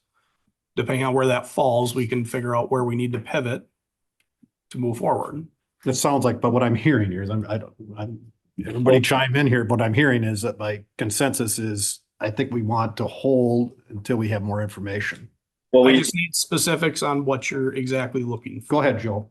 we need a motion either to continue it, or we need Yeah. a motion to Gotcha. approve. And then it gets denied, or a motion to deny it and it gets approved, or whatever happens, obviously, but we need a motion to do something here. Does a motion continue, Travis or Dave? Does that work as far as? We would either have to try and find a date to do a special meeting for the district to figure out what that looks like. Or we would have to push it to our August 25th meeting if we don't have a date that we can find amongst the board members. I mean, I'm just gonna throw it out now. I'm more in favor of having a special meeting in the room, or so we could keep the timeline going. Yep, moving on this. Either way, we're gonna push this to either August or September, once we figure out what everybody Yeah. wants to do in the direction that they want to go. Go ahead, Mayor Natalie. Council? Absolutely. The only thing for the preliminary levy date is going to potentially be set for September 21st. So we would need posting time to get the hearing posted for that. So this all needs to get done 10 days ahead of September 21st, no matter what. I think, I don't know. I don't want to speak for you. That there's a desire to see the line item budget year over year. And there is a desire to see cost of outside training versus revenues. Am I getting everything? Services, list of services, just to break it down, I guess, that's gonna help me a lot. I think understand where that's going. And then if I think of anything too, I'll be in touch. I'm let you know too, but Joe, just to clarify, the services line item budget or a description of the services within the line item budget? I don't know, all the above, I guess. I think, wasn't I'd the like same thing? both. Okay. We can have a phone call, make sure that we get it all straight, Joe. Okay. So you have enough, Dave? I mean. I think so. Okay, thank you. Thank you. At this point, the meeting's open again to the public. So anybody wishing to speak, come forward, state your name and.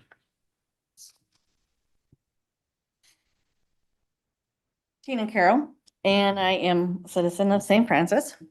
So a couple of questions that I have about the budget, speaking about with transparency and actually wanting to see the line items for services in the fire district.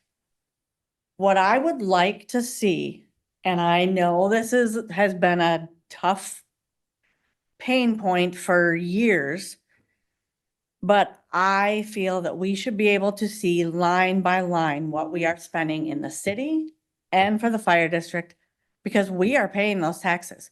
We should be able to see if you're spending $5,000 on a bench or on a parking lot that's not really needed. We should be able to see those line items to understand where our money is going.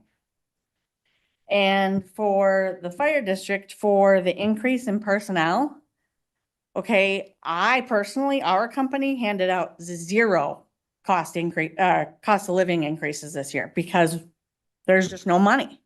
Granted, my industry is a little bit different than others. However, our employees, because we are in a 24/7, 365 industry, they rotate personnel that are on call when something happens. So when that baby couldn't breathe, why can't you have it where there are 2 people on call for those nights, 3 people on call for those kind of calls? So you're not throwing it out there to all 26 people, hoping to get one call, one person to go back, where you set a schedule. Okay, you and you are on call tonight for the, you know, the non-urgent or whatever, you know, non-major. Why can't you do something like that? And I don't know what kind of system the fire department uses, but my sister was a volunteer ambulance driver. That thing was so loud that there was no way somebody could sleep through it. I was in a completely different area in the house and I heard that thing and I thought there was some major disaster in this country.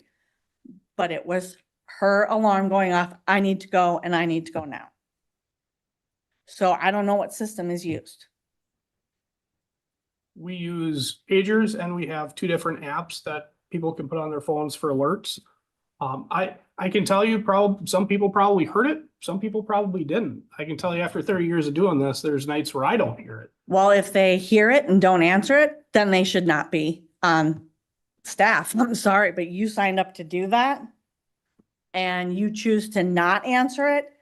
You can at least respond back and say, I'm sorry, I can't make it.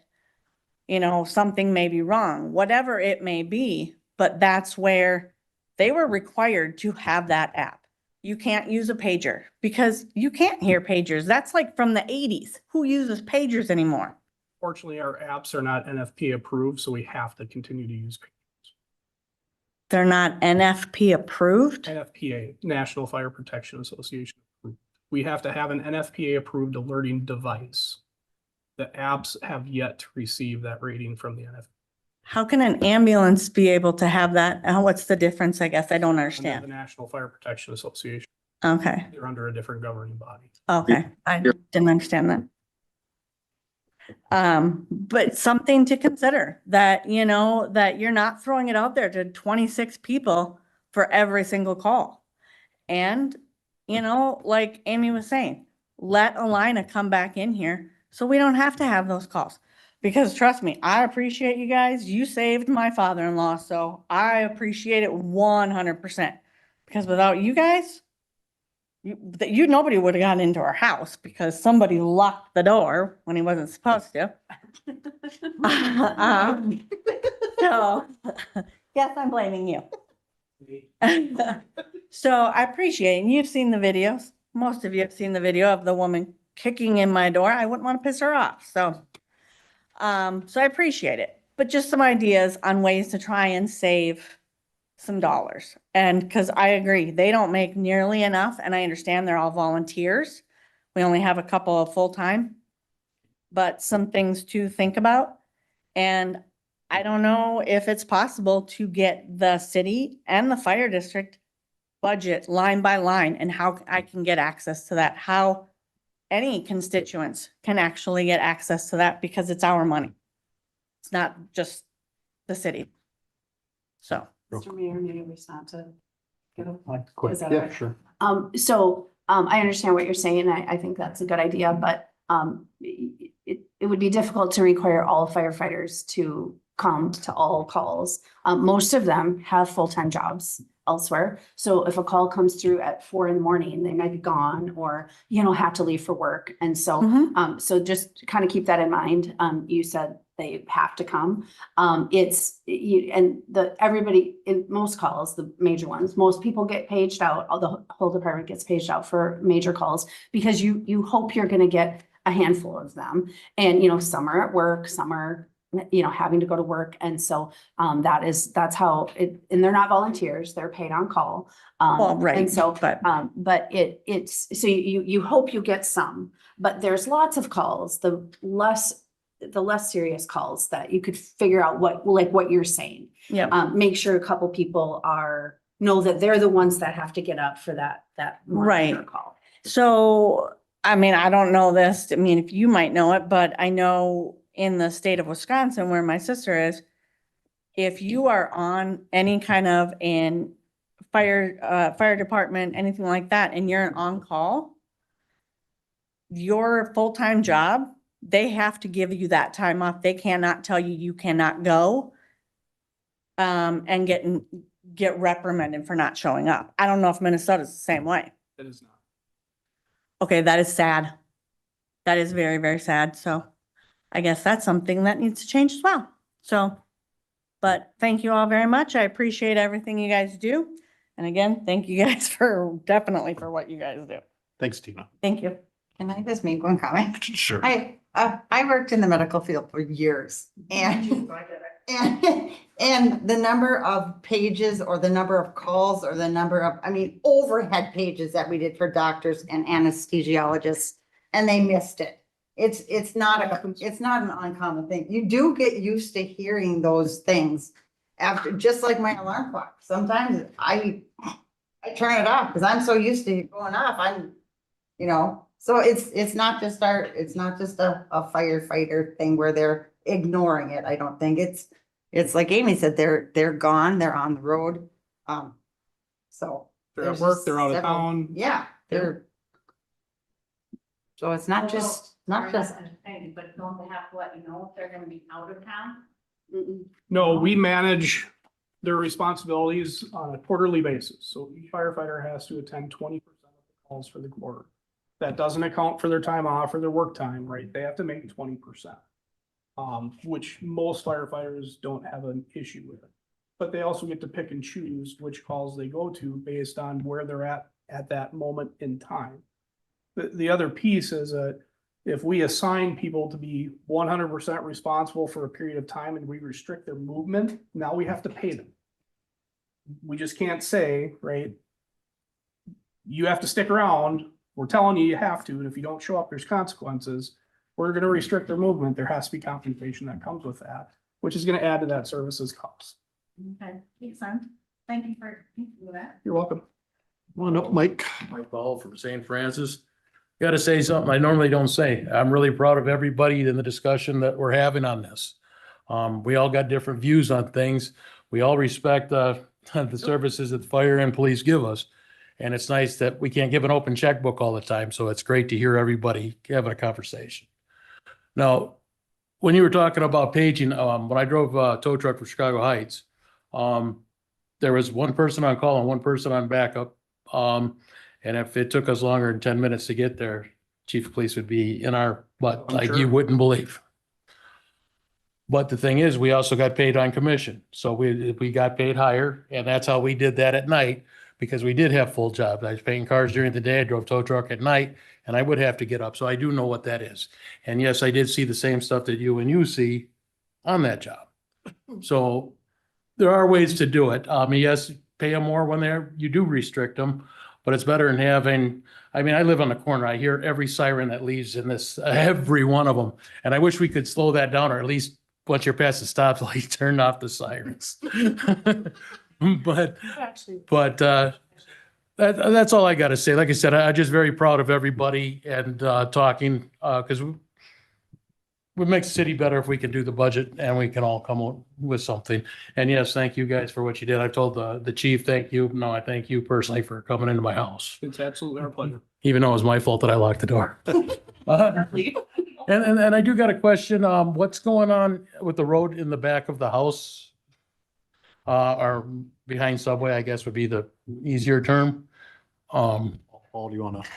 Yeah, Mayor and Council, the schedule is to begin this week for grubbing. The project will finish sometime in September as far as the road project. So Well, what's the road? I mean, what's the purpose? Where's it going? Is it a one way? Is it a through street?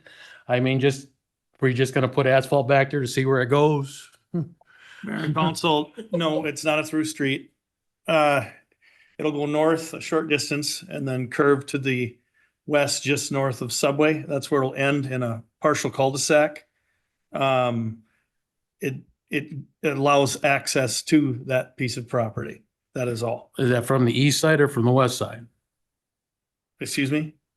The right side or the left side? Where's the road going north? It just would be in between the dentist and the Subway. So it'd be to the east side of It'll the. head to your Well, left. there's only one opening over there. I Correct. mean, there's only so, I'm just trying to figure out what's going on, because a year and a half ago, we were told the only thing that was guaranteed when they cut the trees down was the road. Then we're told nothing can be done because they don't know the plot. So when I'm asking, I'm not trying to be rude, but I mean, it directly affects my house.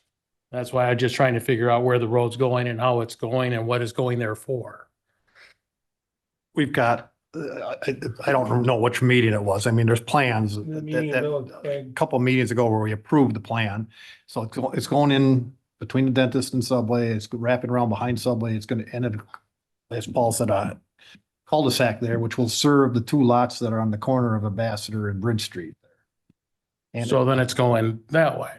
correct. So he said it was going north. Well, I mean, it's, Because it's north, east, Bridge. west. we could, bottom line is it's, I just want to know where the yeah, road's no, going. I mean, get it. there's things on these things all the time that showing where everybody else's road is. In my house, I just get looks of I confusion. just wish I knew what meeting it was because there's detailed plans. I can't make it to every meeting. No, No no, no, person ever I'm saying could. to reference you to, it was I so you can mean- look it up online. It's And I'm it's all more than online. willing to look it up online, but that's the thing is we're told to come and ask questions.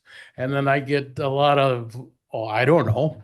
I mean, I shouldn't have to explain northeast, south and west when we're right here. I mean, there's a reason I'm asking because it directly impacts where I live. It's not like I'm going down to the neighbor's house and complaining about that. I mean, it directly. So what is the road or cul-de-sac being built for right now if there's nothing going to be built? Two Because things. that's, So the lot behind Subway is sold. The lot behind that lot that they cleared the trees on is sold. So the developer that's going to service that development. And it's also going to provide access to the two corner lots the city owns. Okay, right at 'cause when I- Ambassador and Bridge Street. when I was at the last meeting 2 weeks ago, you guys said that there was no definitive plans drawn up for back there. There still isn't. So that's what I'm confused. See, this is where I'm getting confused. So the property is sold and the developers currently working on proposed plans. So then the plot is done then? They've got the plot? Council, Go ahead. so I'll back it up a little bit. So when Paul said the road was going north, so it's gonna come off of Bridge Street, it's gonna go north just past the garage. Yep. And then it's gonna take a turn to the west and turn into a cul-de-sac, So there's gonna be a cul-de-sac in right at my fence of the backyard. right where the stakes are, correct? So what that cul-de-sac and that short road is gonna allow is one, it's gonna clean up the access to the dentist and their garage. It's going to provide Subway a secondary access point. It's going to create access to that corner and also create access to the north to the property that was sold to the developer. The developer is now holding the property, working on their plans. They can choose to create a road and pay for a road that connects to Ambassador where the other end of that property lies. They could do some type of center, depending on the total number of units, say they only come up with 5 houses, they could just create a big loop. So until we know what the developer is doing, that will determine if the road goes any further, but that is all the cost to the developer. So for the city right now, we're gonna go north, we're gonna go west. We're gonna have access to all 4 of those properties are going to benefit. And then we're gonna continue to wait until the developer comes in with the plans as to what he will put on that back lot. Okay, and thank you. I mean, I truly appreciate it because that's all I was asking and you heard what I got. So I mean. But I just ask that you slow down because I think the questions were coming so fast, we were kind of getting confused. And that's why I wanted to go backwards to get to the end. I mean, because I'll stop and let anybody talk. I mean, I want to give that the same opportunity that I get.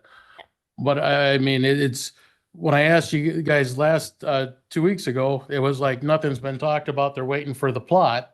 And now all of a sudden it's sold and they've got, there was a road going through there. So the information that I was given 2 weeks ago seems drastically different than today. No, let me slow it back down. So all along, this has been 2 projects. So one is the city project. The project to do Woodbine North and West was talked about 5 years ago when we bought the Ambassador property, 23115 or whatever that is down there. So that is a whole separate project that has nothing to do with that development. Since we're no longer connecting it, we're only doing the short L and then the city is done with that road. But it is 2 completely different projects. The developer enough. themselves are going to come in with that parcel. They're going to decide what they want to do and then they need to plat it. So you will be, because you're a content, within the circle of the by law, you will be given a notice and they'll show you what that plat looks like. So that has several steps to get to, usually takes about 6 months They have not dropped off an application as of today to tell us what that plat is gonna look like as far as development. But so it's sold, it is not platted. So that's a Okay, big 'cause- difference with that. Because I was always under the impression, because and I've asked this question dozens of times in the last year and a half, that it was under contingency, because first it was the apartment building, that was declined, then it was some villas or something like that. And when I asked you about that, it was like, well, we're waiting for the plat to come through because we can't do anything because of the way the plats are lit. So how could it be sold if the plat wasn't there? What I was told, it was waiting for a plan. I mean, No, so Mayor and Council, so we're still working on the title work, but the developer, it was going to do the plat to account for our road. Since that plat is not done, our road is being built under a temporary easement. And once they plat the property, they're going to give us our road. So these land use, it has like 4 moving parts at once right now. But as of right now, the good thing or the points to remember is 1, the road is going in, it's an L. 2, the developer holds title to the property. And 3, nothing will be developed until the land use application goes through the process. And then everybody will see what they're looking at developing. okay, and you can understand my gun shy, because I didn't get any notification, even though my house was part of that to begin with. Sure.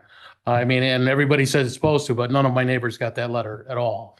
So, Well, there was no letter the first time, it hadn't made it that far. but it was just when things just start happening, it gets us nervous. I mean, I think that's why I continually come up here, and I come to as many meetings as I can. Nobody should be expected for all of them, and then just say, well, it was in the last meeting. Well, you know what? I've been to a lot of meetings, more than most of the citizens of this town. No, the only reason I suggested it is because if you want more details, it's And there. I'm it's more than online, willing to so. do the research on it. I mean, but like that said, I had research on a video on another that nobody wants to admit that's real either. So, I mean, and I wasn't insinuating that you did anything on that, Amy. I mean, I know you took that, when I talked about that video with Mike, Oh, you said that I insinuated something towards you, and Oh. there was no insinuation on you. I guess I forgot what I. I was mean, saying. but I got a good memory, so I didn't want you. Joe said that I said something to Jody that was offensive, and I apologize to her. She wasn't aware of it. So I'm really trying not to be angry person at anybody here. I mean, but I mean, it's all, I am very concerned what's happening in my backyard, and I will continue to come and ask questions. That's not going to go away. So, I mean, that's because of the safety of my house. I mean, it's crazy. I mean, I don't want to see any more kids laying in that intersection. I don't care whose fault it was. I mean, because I hear it's the kid's fault. Well, I don't care whose fault it is. If you were to stay at a stop sign and look for a minute, you'd see a kid running. Oh, all right. Thank you guys again. I love the conversations you guys had with the fire. I mean, it was amazing. All the council is great on that, and I appreciate everything. Thank you. Thanks, Mike. Mayor, I have a question. Go ahead, Kevin. Okay. You said the owner holds title, but there's title work still being done. How can he hold something that's incomplete? So Mayor and Council, and I might look to Travis to help me explain this one. So, That's an honest question. I don't mean to put you on the spot. yeah, no. And it's a complicated with the county. So the state is still holding the final report. We're waiting for the final report. We sold it. However, there is agreements that will continue as this moves forward. So we still have to wrap that up. But their title insurance company allowed them to close without our final report, if that makes sense. Yeah. So, And I thought that we voted to just extend it to like April 1st or something, which has passed. So Yep. I'm kind of with Kevin, if that time has passed and they were supposed to come back with plans of what they were gonna do in order for the sale to actually take place. That's the way that I understood no, it. so, No? so within the purchase agreement, what we extended was the potential closing date. No, that's not right. We extended the due diligence date from, I think it was December to March 30th. From the due diligence date, they had 30 days to close. or we did. If the title work was not done, it allowed another 90 days of the city's due diligence to get that done. Because their title company was not afraid of closing with that's outstanding, they allowed them to take ownership of this. So we were still within the confines of the service agreement. It didn't have a requirement to have the plans done. It was the requirement that related to their due diligence, so soil testing, any surveys they wanted to do, all of that had to be done by April 1st. Then we had to close, and then there was the 90 days that it could be delayed. So they still had another month and a half that they could have had us waiting, but they chose to close early because they could close without that report, that final report. But they still have to do some approved plan on that site. They can't choose to sell it to somebody else for Correct. its real value. Correct. So mayor and council, that is the one thing with the EDA. They do have to develop that property. If they don't, we get the property back. So. Within timelines Yes. and a development that we approve of, Correct. not just, Correct. okay, now I'm gonna, Yep. okay. Yep. Has to follow all of city zoning and comprehensive plan land use requirements. So, so they'll go through the process, drop off a concept plan, they'll do the preliminary plat process and the final plat, but all of that will go through council like required. Anybody else from the public want to speak at this time? Seeing none, on to the city administrator report. Kate. Mayor and council, as of tonight, I really don't have anything. There's a lot of things that are just pending and sitting still, so I'm happy to answer any more questions. Otherwise, that I don't have anything else for tonight. Any questions for Kate? Anybody? No. Okay, thanks, Kate. On to department reports. Public Works, second quarter report. Paul. Mayor and Council, the second quarter for Public Works is a maintenance heavy quarter. Typically water, wastewater, do a bunch of pump changes, a lot of oil changes, the same with streets and parks. So I'm just gonna highlight a few things this afternoon. One of the projects that Public Works worked on this spring was the bottle shop landscaping. Instead of hiring it out, we decided to do it ourselves. Proud of the guys, they did a really good job.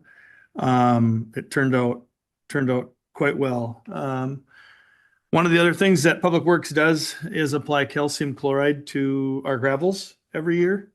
And I swear it seems like every time we apply calcium chloride to the gravel, it rains. And this year it happened again. We received about 5 inches of rain after we applied it in early June. Something I want the council to be aware of, when you get that much rain after you apply this, it weakens it. And eventually, and we're having a drought now. It's a dry, not a drought. I don't want to say that word. I'll say a dry summer right now. And since it's washed out, the roads are becoming dusty again.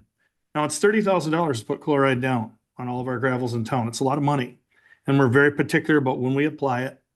And I want the council to be aware, at some point, I might come back and have to, I'll present it to the council maybe to respray some of these roads because they've become extremely dusty. 241st just north of town is one of them. So just want council to be aware of that. Again, like I said, the spring, it was heavy rains after we got maintenance done. So mowing was probably the #1 priority. Kept everybody plenty busy. Another thing we did this spring was the hot patch trailer that we waited 1.5 years to get. Everyone in Public Works, including myself, spent time behind it. I spent a day out behind it as well. We ended up throwing about 32 ton on our streets. It was probably the best thing Public Works has purchased in the last several years. It worked out well. I got to see it myself, thumbs up from the residents out there while we were fixing potholes. So it was something different. I will say Public Works is in really good shape compared to me. They can really hustle. So the guys do a really good job. Water, wastewater wise, every spring they flush hydrants, a little over 400 of them. There were 7 of them that didn't function properly this year. They were repaired. The other thing that, I'm proud of Jeremy and Paris this year, normally when we work on gate valves in the street, we hire that out because you have to cut asphalt and replace them that way. This year, Public Works did it, 5 of them ourselves. And it worked out really well. They turned out great. I went and looked at them after they were done. The guys did a really, really good job. One thing to note in Paris's report this evening is he put in the results of the chloride testing in, it's the green. You keep going, Jody, or Jenny. One more. There you go. So what everyone's looking at there are the results of the chloride that it was sampled 3 times a week for a month in each one of the lift stations. The number in red, 354, is our limit from the MPCA. You can see some were over, some were under. When the numbers were all put together and Paris idled them all down, we were able to, this last fall, we had sent out a letter to our residents to try and maybe look at softeners, water softeners. We'll come in and work with them on them. There was actually a 3% reduction in chloride after doing just that letter. The numbers you see here are not diluted. They're very strong at the lift stations. Once you start mixing everything together and come to the plant, that's where the MPCA sees that number. And the reason why we're bringing this up again is we want council to recognize that we are very close to that limit. We're holding steady. We have not gone over, but I want you all very aware of where we're at with it. And this all leads into all the other discussions we've had with, possibly adding on to water plant and whatnot. We're being very visible on it. With that, I guess I can answer any questions this evening. Sorry, since we're right on the screen Yes. here, it's perfect. Yes. So, I mean, when you look at these different stations and you just universally applied a limit of 354 to each station. No, so 354 milligrams per liter is what the MPCA says we cannot be over at the wastewater treatment facility. And again, chlorides are mainly put in that water by your water softeners. So what we did is when we sent out that letter was offered the residents, we can come in and take a look. We can help you set them up. I think there were I think a lot of folks did it on their own. It created recognition of what's going on in their home. I think we were at, 9 or 10 homes. We went to 9 or 10. It became more of an educational process. And originally we had set aside $100,000 a year for 3 years to do like a softener program. With this, I think we can push that out, because with this result to show a slight decrease, again, we're not going over. I hope council understands it's a line we don't want to cross. I can't tell you when it's going to happen. All of this is,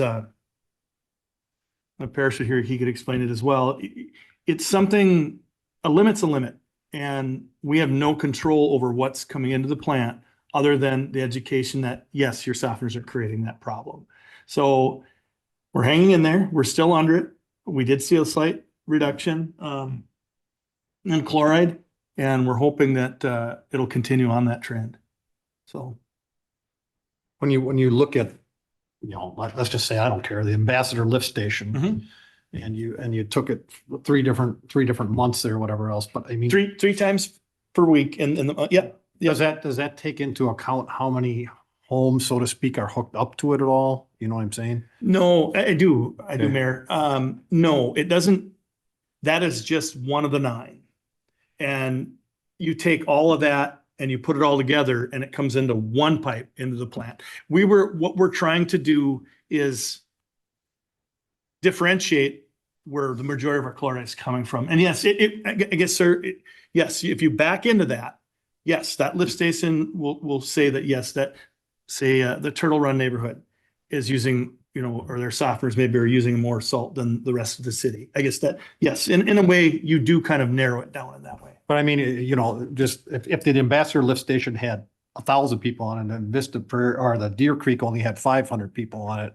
You know what I'm saying? It would, I do, influence and that. that is true. In this case, Delwood Lift Station has a lot fewer users on it than the Arrowhead Lift Station or Turtle Run. So yes, but in the end, it comes into one pipe. I get it. So, yeah. Any other questions for Paul? I just wanted to say good job on the tar on my street. You guys did a great job Thank you. fixing that. I was Yeah, actually out on your street. Were you? So, yeah. There was, Yeah. I'll personally say it was thank you. really, There you really, go. yeah, really helpful. So thank you for that. You're welcome. There was a lot of holes and you even did the cracks. We did. We did. We actually, this year, we fixed the cracks as well. And there's something to note, and Jeremy has it in his report. We'll use that trailer one more spring and it will have paid for itself. So it was a good call. Because what is the cost on that? The trailer, Yeah. I think it was between 40 and 50,000 originally, but when the city was always using cold patch before, Mhm. and this we run down to St. Paul and we grab, actually, I think it's 2.5 ton at a shot. And a pallet of cold patch was approximately $1,200 to $1,400. Okay. A trailer, which is about a ton. A trailer of 2.5 ton is 10% of that. Oh, wow. So- And it so works it- better. What's that? And it works better. Much better. Much better. All Yes, right. ma'am. Thank you. Joe, Kevin, Sarah, anything? I got a question. Yes, sir. So one thing, well, a statement and a question, I guess. So the one thing that the residents do need to understand why this is serious and why there is money being put away for you to educate people is because the cost, if we do go over those limits and the state says you need a desalinization situation, it is extremely insanely costly for the residents or the people on that system. If they say we need to build something, it's gonna be ridiculous. So, very, so that being said, what is I guess, I don't know, I understand the chloride in the water and all that stuff, but what is the state afraid of if we exceed those limits? Like, what is the danger or the detriment to the environment, so to speak, if that happens? So, good question. So Mayor Council, 1 teaspoon of chloride in 5 gallons creates a hazard. Nothing can live in salt water. Everything that we have in Minnesota is salt free. Any plant life, if chloride gets too heavy, it kills the plant life. It kills fish, that freshwater fish, not saltwater fish, obviously. And that's why they're so particular about it. And if Parrish were here, he would say that the MPCA put this limit on in the 12th hour of the last minute and the last seconds when that plant was being built. And it's a tight limit. It's a very tight limit, and it's something we cannot change. We work with our representative at the MPCA to watch it. They're aware of this, but it's a very tight limit. So, and yes, they're correct. The only way that you correct that problem is you go to the beginning. We would have to eliminate all water softeners in town and put a RO plant or RO facility on top of our plant up here, on our water plant. That's the only way to correct it. So one of the things that Parrish and I do talk about with the MPCA is one thing that we do get concerned about is car washes in town. That also creates a problem because that goes into the drain, that goes right into the sanitary sewer that heads right to the plant. That is why those numbers you see are not during the winter time. Because we have 2 car washes in town, the County Market and Quick Trip. And Holiday. I'm sorry, and yes, sir, and Holiday, and that does go directly to the plant. And that is one thing we're arguing, and our hired engineer is also aware of, that we talk to the MPCA about regularly, is how can we be responsible for the salt or for the chloride that goes into our system from a car wash? It's brought up, that's something we're constantly, I'm not going to say arguing because you don't argue with MPCA, but it's something that we constantly discuss. Yes, ma'am. So. Because the car washes aren't using softened water. It's just the salt that's on cars. Are Correct. they? And then they actually do use softened water because they don't water spots. Yeah. So that's also something that we've talked about, is talking to the businesses, including Vista Prairie. But yes, the amount of salt that's on a vehicle is tremendous. And when you see those long lines, all that salt that's getting washed off is going in the system. Yes. And people that are not on city water, what can they do at home? Can they do the same thing and limit their salt, or does it not matter, or? So that's completely separate. That's actually a good question. The people that they have their own sewer systems, and yes, that I wouldn't recommend setting your water softener super high anyway. Salt is hard on the ground and it's hard on groundwater, but yeah, that's a completely separate issue. Okay. Mhm. Anybody, anything else for Paul? I, Go ahead, Kevin. Paul, is there any way to enhance the cooperation about the softener? Should it be some signage? Pick a corner near one of these pump stations you're talking about, or any way to enhance it? I mean, we talk about this continually here, but how better way to get the word out? Yes, so Mayor and Council, the mayor's got a good idea on this, and we're working on it. One of the things, it seems that those TikTok videos, the memes, that's what we're headed toward on our social media. And I think in other cities, they've had really good response to that. And I think we need to try it too. And we've got one that started with our snowplow truck. We've got that one done. The next one is a salt. It's just, I'm not going to say that we're not creative down at Public Works, but we're working on it. So Look up with the fire department, they've got a good PR person. She does a really good job. Good job. My second question is, you took a visit to Champlin not too long ago and looked at the mystery media change out. How did that go and what did you learn?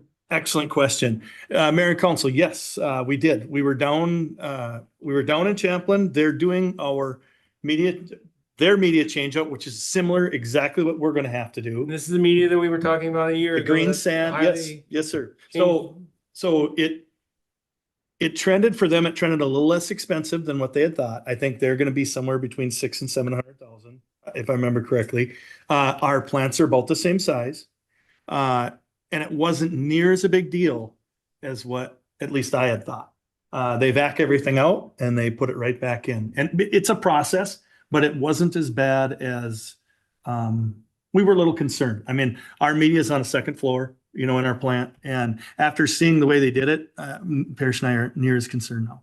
So, and it is trending to be less expensive. And I actually should double back at this point and see if they're done and where they landed. Excellent question. So, but again, we were talking an exorbitant amount of money that was supposed to be $60,000 and then it turned out to be hundreds of thousands of dollars. So where are we at in that regard? Correct. So I actually we hired an engineer to get us that price. We went from 60 to 800. Those are the correct numbers. It was at 60 sitting in the CIP and I brought it to 800. That's the truth. It looks like it's going to land between 600 and 700 now after watching a plant. So we're very close. But it's a We're very must do. close. And you had no way to see down the road. Correct. That this was coming. Correct. So Mayor and Council, that sand has a shelf life. And our plant is nearing the end of it. It's an appreciable item. So it's nearing to the point now where we're going to have to replace it. Am I going to say 4 years? Maybe 5's pushing it, but in the parishes, they're watching that right now. That's all part of it. So, and again, excellent question. Okay. That's all I have. Thank you very much. You're welcome. I have one more question, Paul, you said that you're closer to like 600,000 to 700,000 for Yes. that project. Correct. Do you have any like number, written out estimates or anything that we could see, or at what point will we see that? So originally we had hired an engineering firm that does this regularly to give us that estimate. Again, this is a CIP. This was done a couple of years ago. I'm not going to say guesstimate, but in a way it kind of is, because you don't know what you're going to run into. Again, look at how your costs have changed from 10 years ago, right? And they don't go down. They only go up. And some of the hidden unknowns were, if we have some radioactive sand, is it going to be more expensive? As it turns out, it doesn't sound like that's as big a deal as what it was. And that was one of the concerns with the engineering firm as well. So we're in the process right now. We will refine that. I don't have an answer. Again, to pull that out of the air and to guess. I would rather not guess, and I'd rather err on the more money than lower money, because nobody likes to hear you're way over budget. They'd rather hear, yes, we're actually under what we originally, had set aside. So. All right, thank you. Mhm. Anybody, anything else? Thanks, Paul. You're welcome. On to the police department report. Before you, the second part of the report. Thanks, Jenny. This is an overview of police department activity for the second quarter of 2026. It's been an active spring and early summer, as it usually is at the police department. We had just over 2,000 generated incidents for the quarter, which included just over 800 traffic stops and 244 citations were issued, most of them for traffic-related offenses. And remember that 2,000 calls is broken down into Group A and Group B offenses, which are reported to the FBI for the Uniform Crime Report. And the highest amount falls under the Group B, which is all other incidents. And that's our less serious, more run-of-the-mill calls, medicals, accidents, animal complaints. So those first Group A and Group B offenses are the ones we want to see lower. Those are the more serious offenses, assaults, DWIs, burglaries, things like that.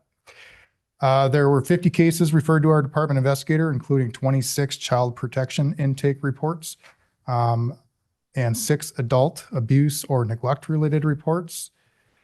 And I would say the child protection intake reports were definitely on the higher side during this quarter. And we do work with the child protection workers on those types of cases. Officers completed 166 hours of training during the quarter, and that's in addition to the several months of training that Officer Bark and our K-9 Victor put in March through June, getting their K-9 certification. As always, the quarter was very busy with community events, including the 6th Annual Citizens Academy, our dog clinic in May, and the 10th Annual Bike Rodeo, which were all very successful this year. We do have several more events to go throughout the remainder of the year, including our National Night Out, of course, in early August, our Stay Home Safe program, and Cone with the Cop also in August. And then we have Santa in December. And probably just the highlight of the second quarter was really getting this K-9 program off the ground after about a year and a half of planning. Our K-9 Victor is now on full duty with his partner, and they've had at least one domestic assault suspect flee a home so far and had a track. Did not find the individual, but it was concluded that they had probably left that area or was picked up a vehicle prior to our officers arriving. So we're chalking that one up to not being Victor's fault. But they continue to train. They continue to just get better at what they do. And they've been a great addition so far. It's going to be really exciting to see how this team develops over the next couple of years. The benefits they're going to bring to this community. So it's going to be fun to watch, and they're doing really, really well. So that's really a brief overview of the activity for the quarter, and I can answer any questions. Anybody questions for Todd? I don't have any questions, but once again, I attended the bike rodeo, and it's always so fun to see the community engagement there. Our volunteers who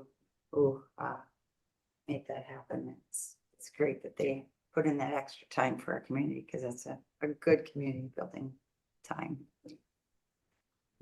Plus, when the chief talks the talk and walks the walk, he's flipping burgers and dogs back there himself, so. Yeah, I did pretty good. I didn't see him on a bike. I don't know about you. We need to have him right. Amy or Joe, anything? I don't at this time. No question. Thank you. Thanks. Thanks very much. Council member reports. We'll start with Joe. All right, I don't have a ton to report. Thanks to all the departments, everybody working on the budget, including our contracting services. Do appreciate all you guys, everything you do, and please pass that on to the employees as well. Thanks, Joe. Amy? Let's see, I attended to the school board meeting last Monday. It was a special meeting. It wasn't, they usually don't have a meeting in the beginning of July, but they had a special meeting because of the stadium and the sinkholes there. And it was decided at that time to do temporary repairs and continue with the fall sports for this fall.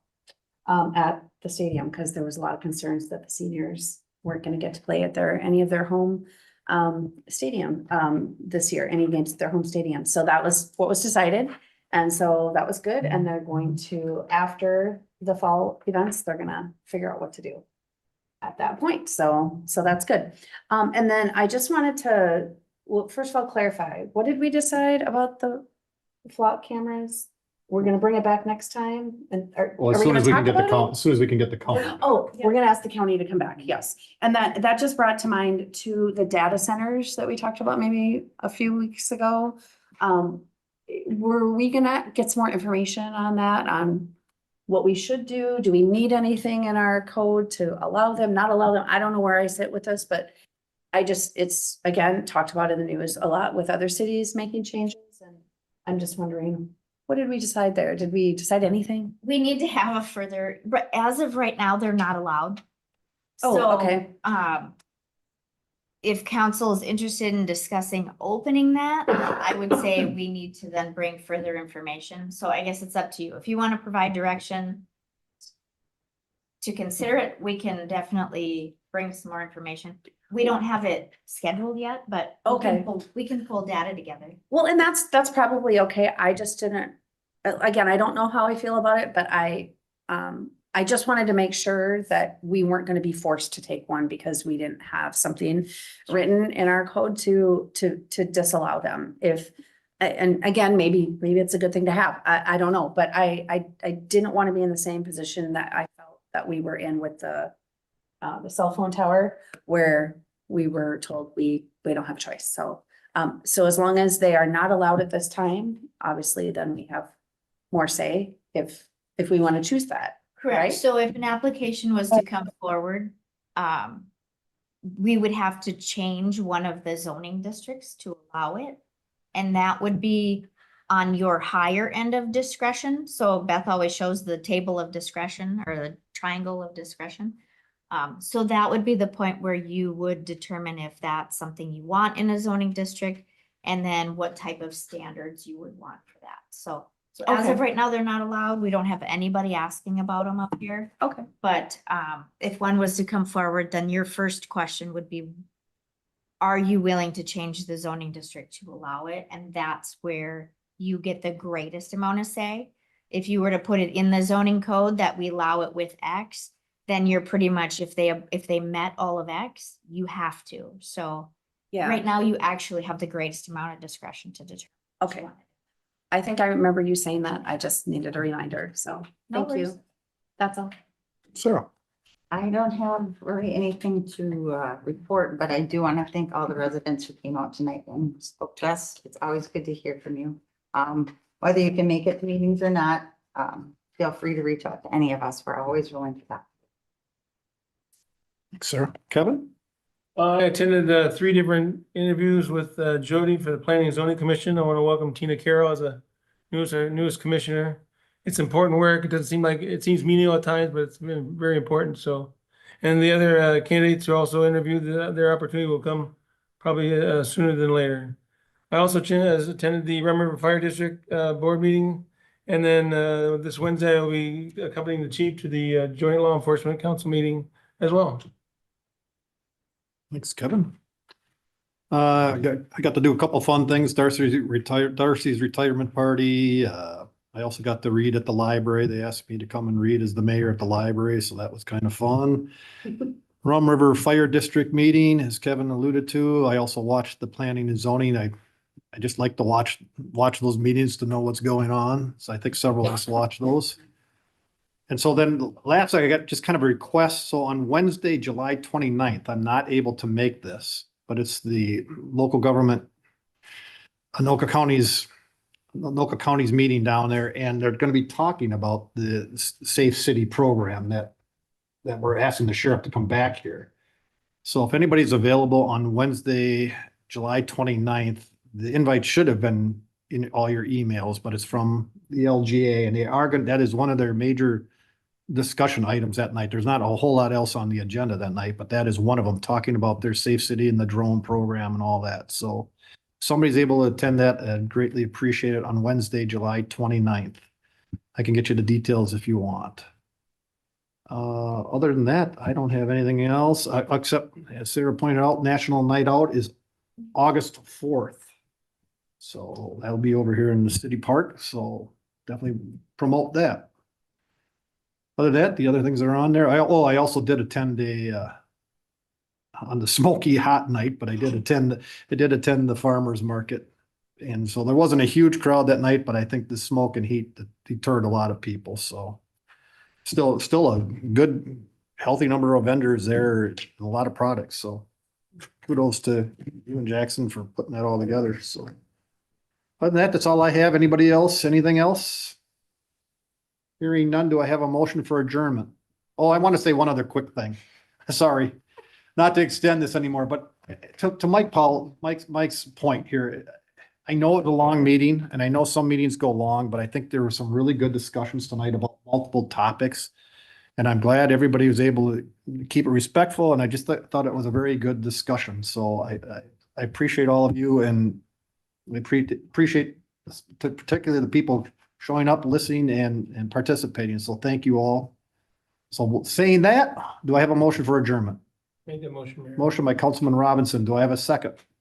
I'll second. Second by Councilman Faunas. Roll call vote, please. Mayor Vogel, Aye. council members Mulebauer, Aye.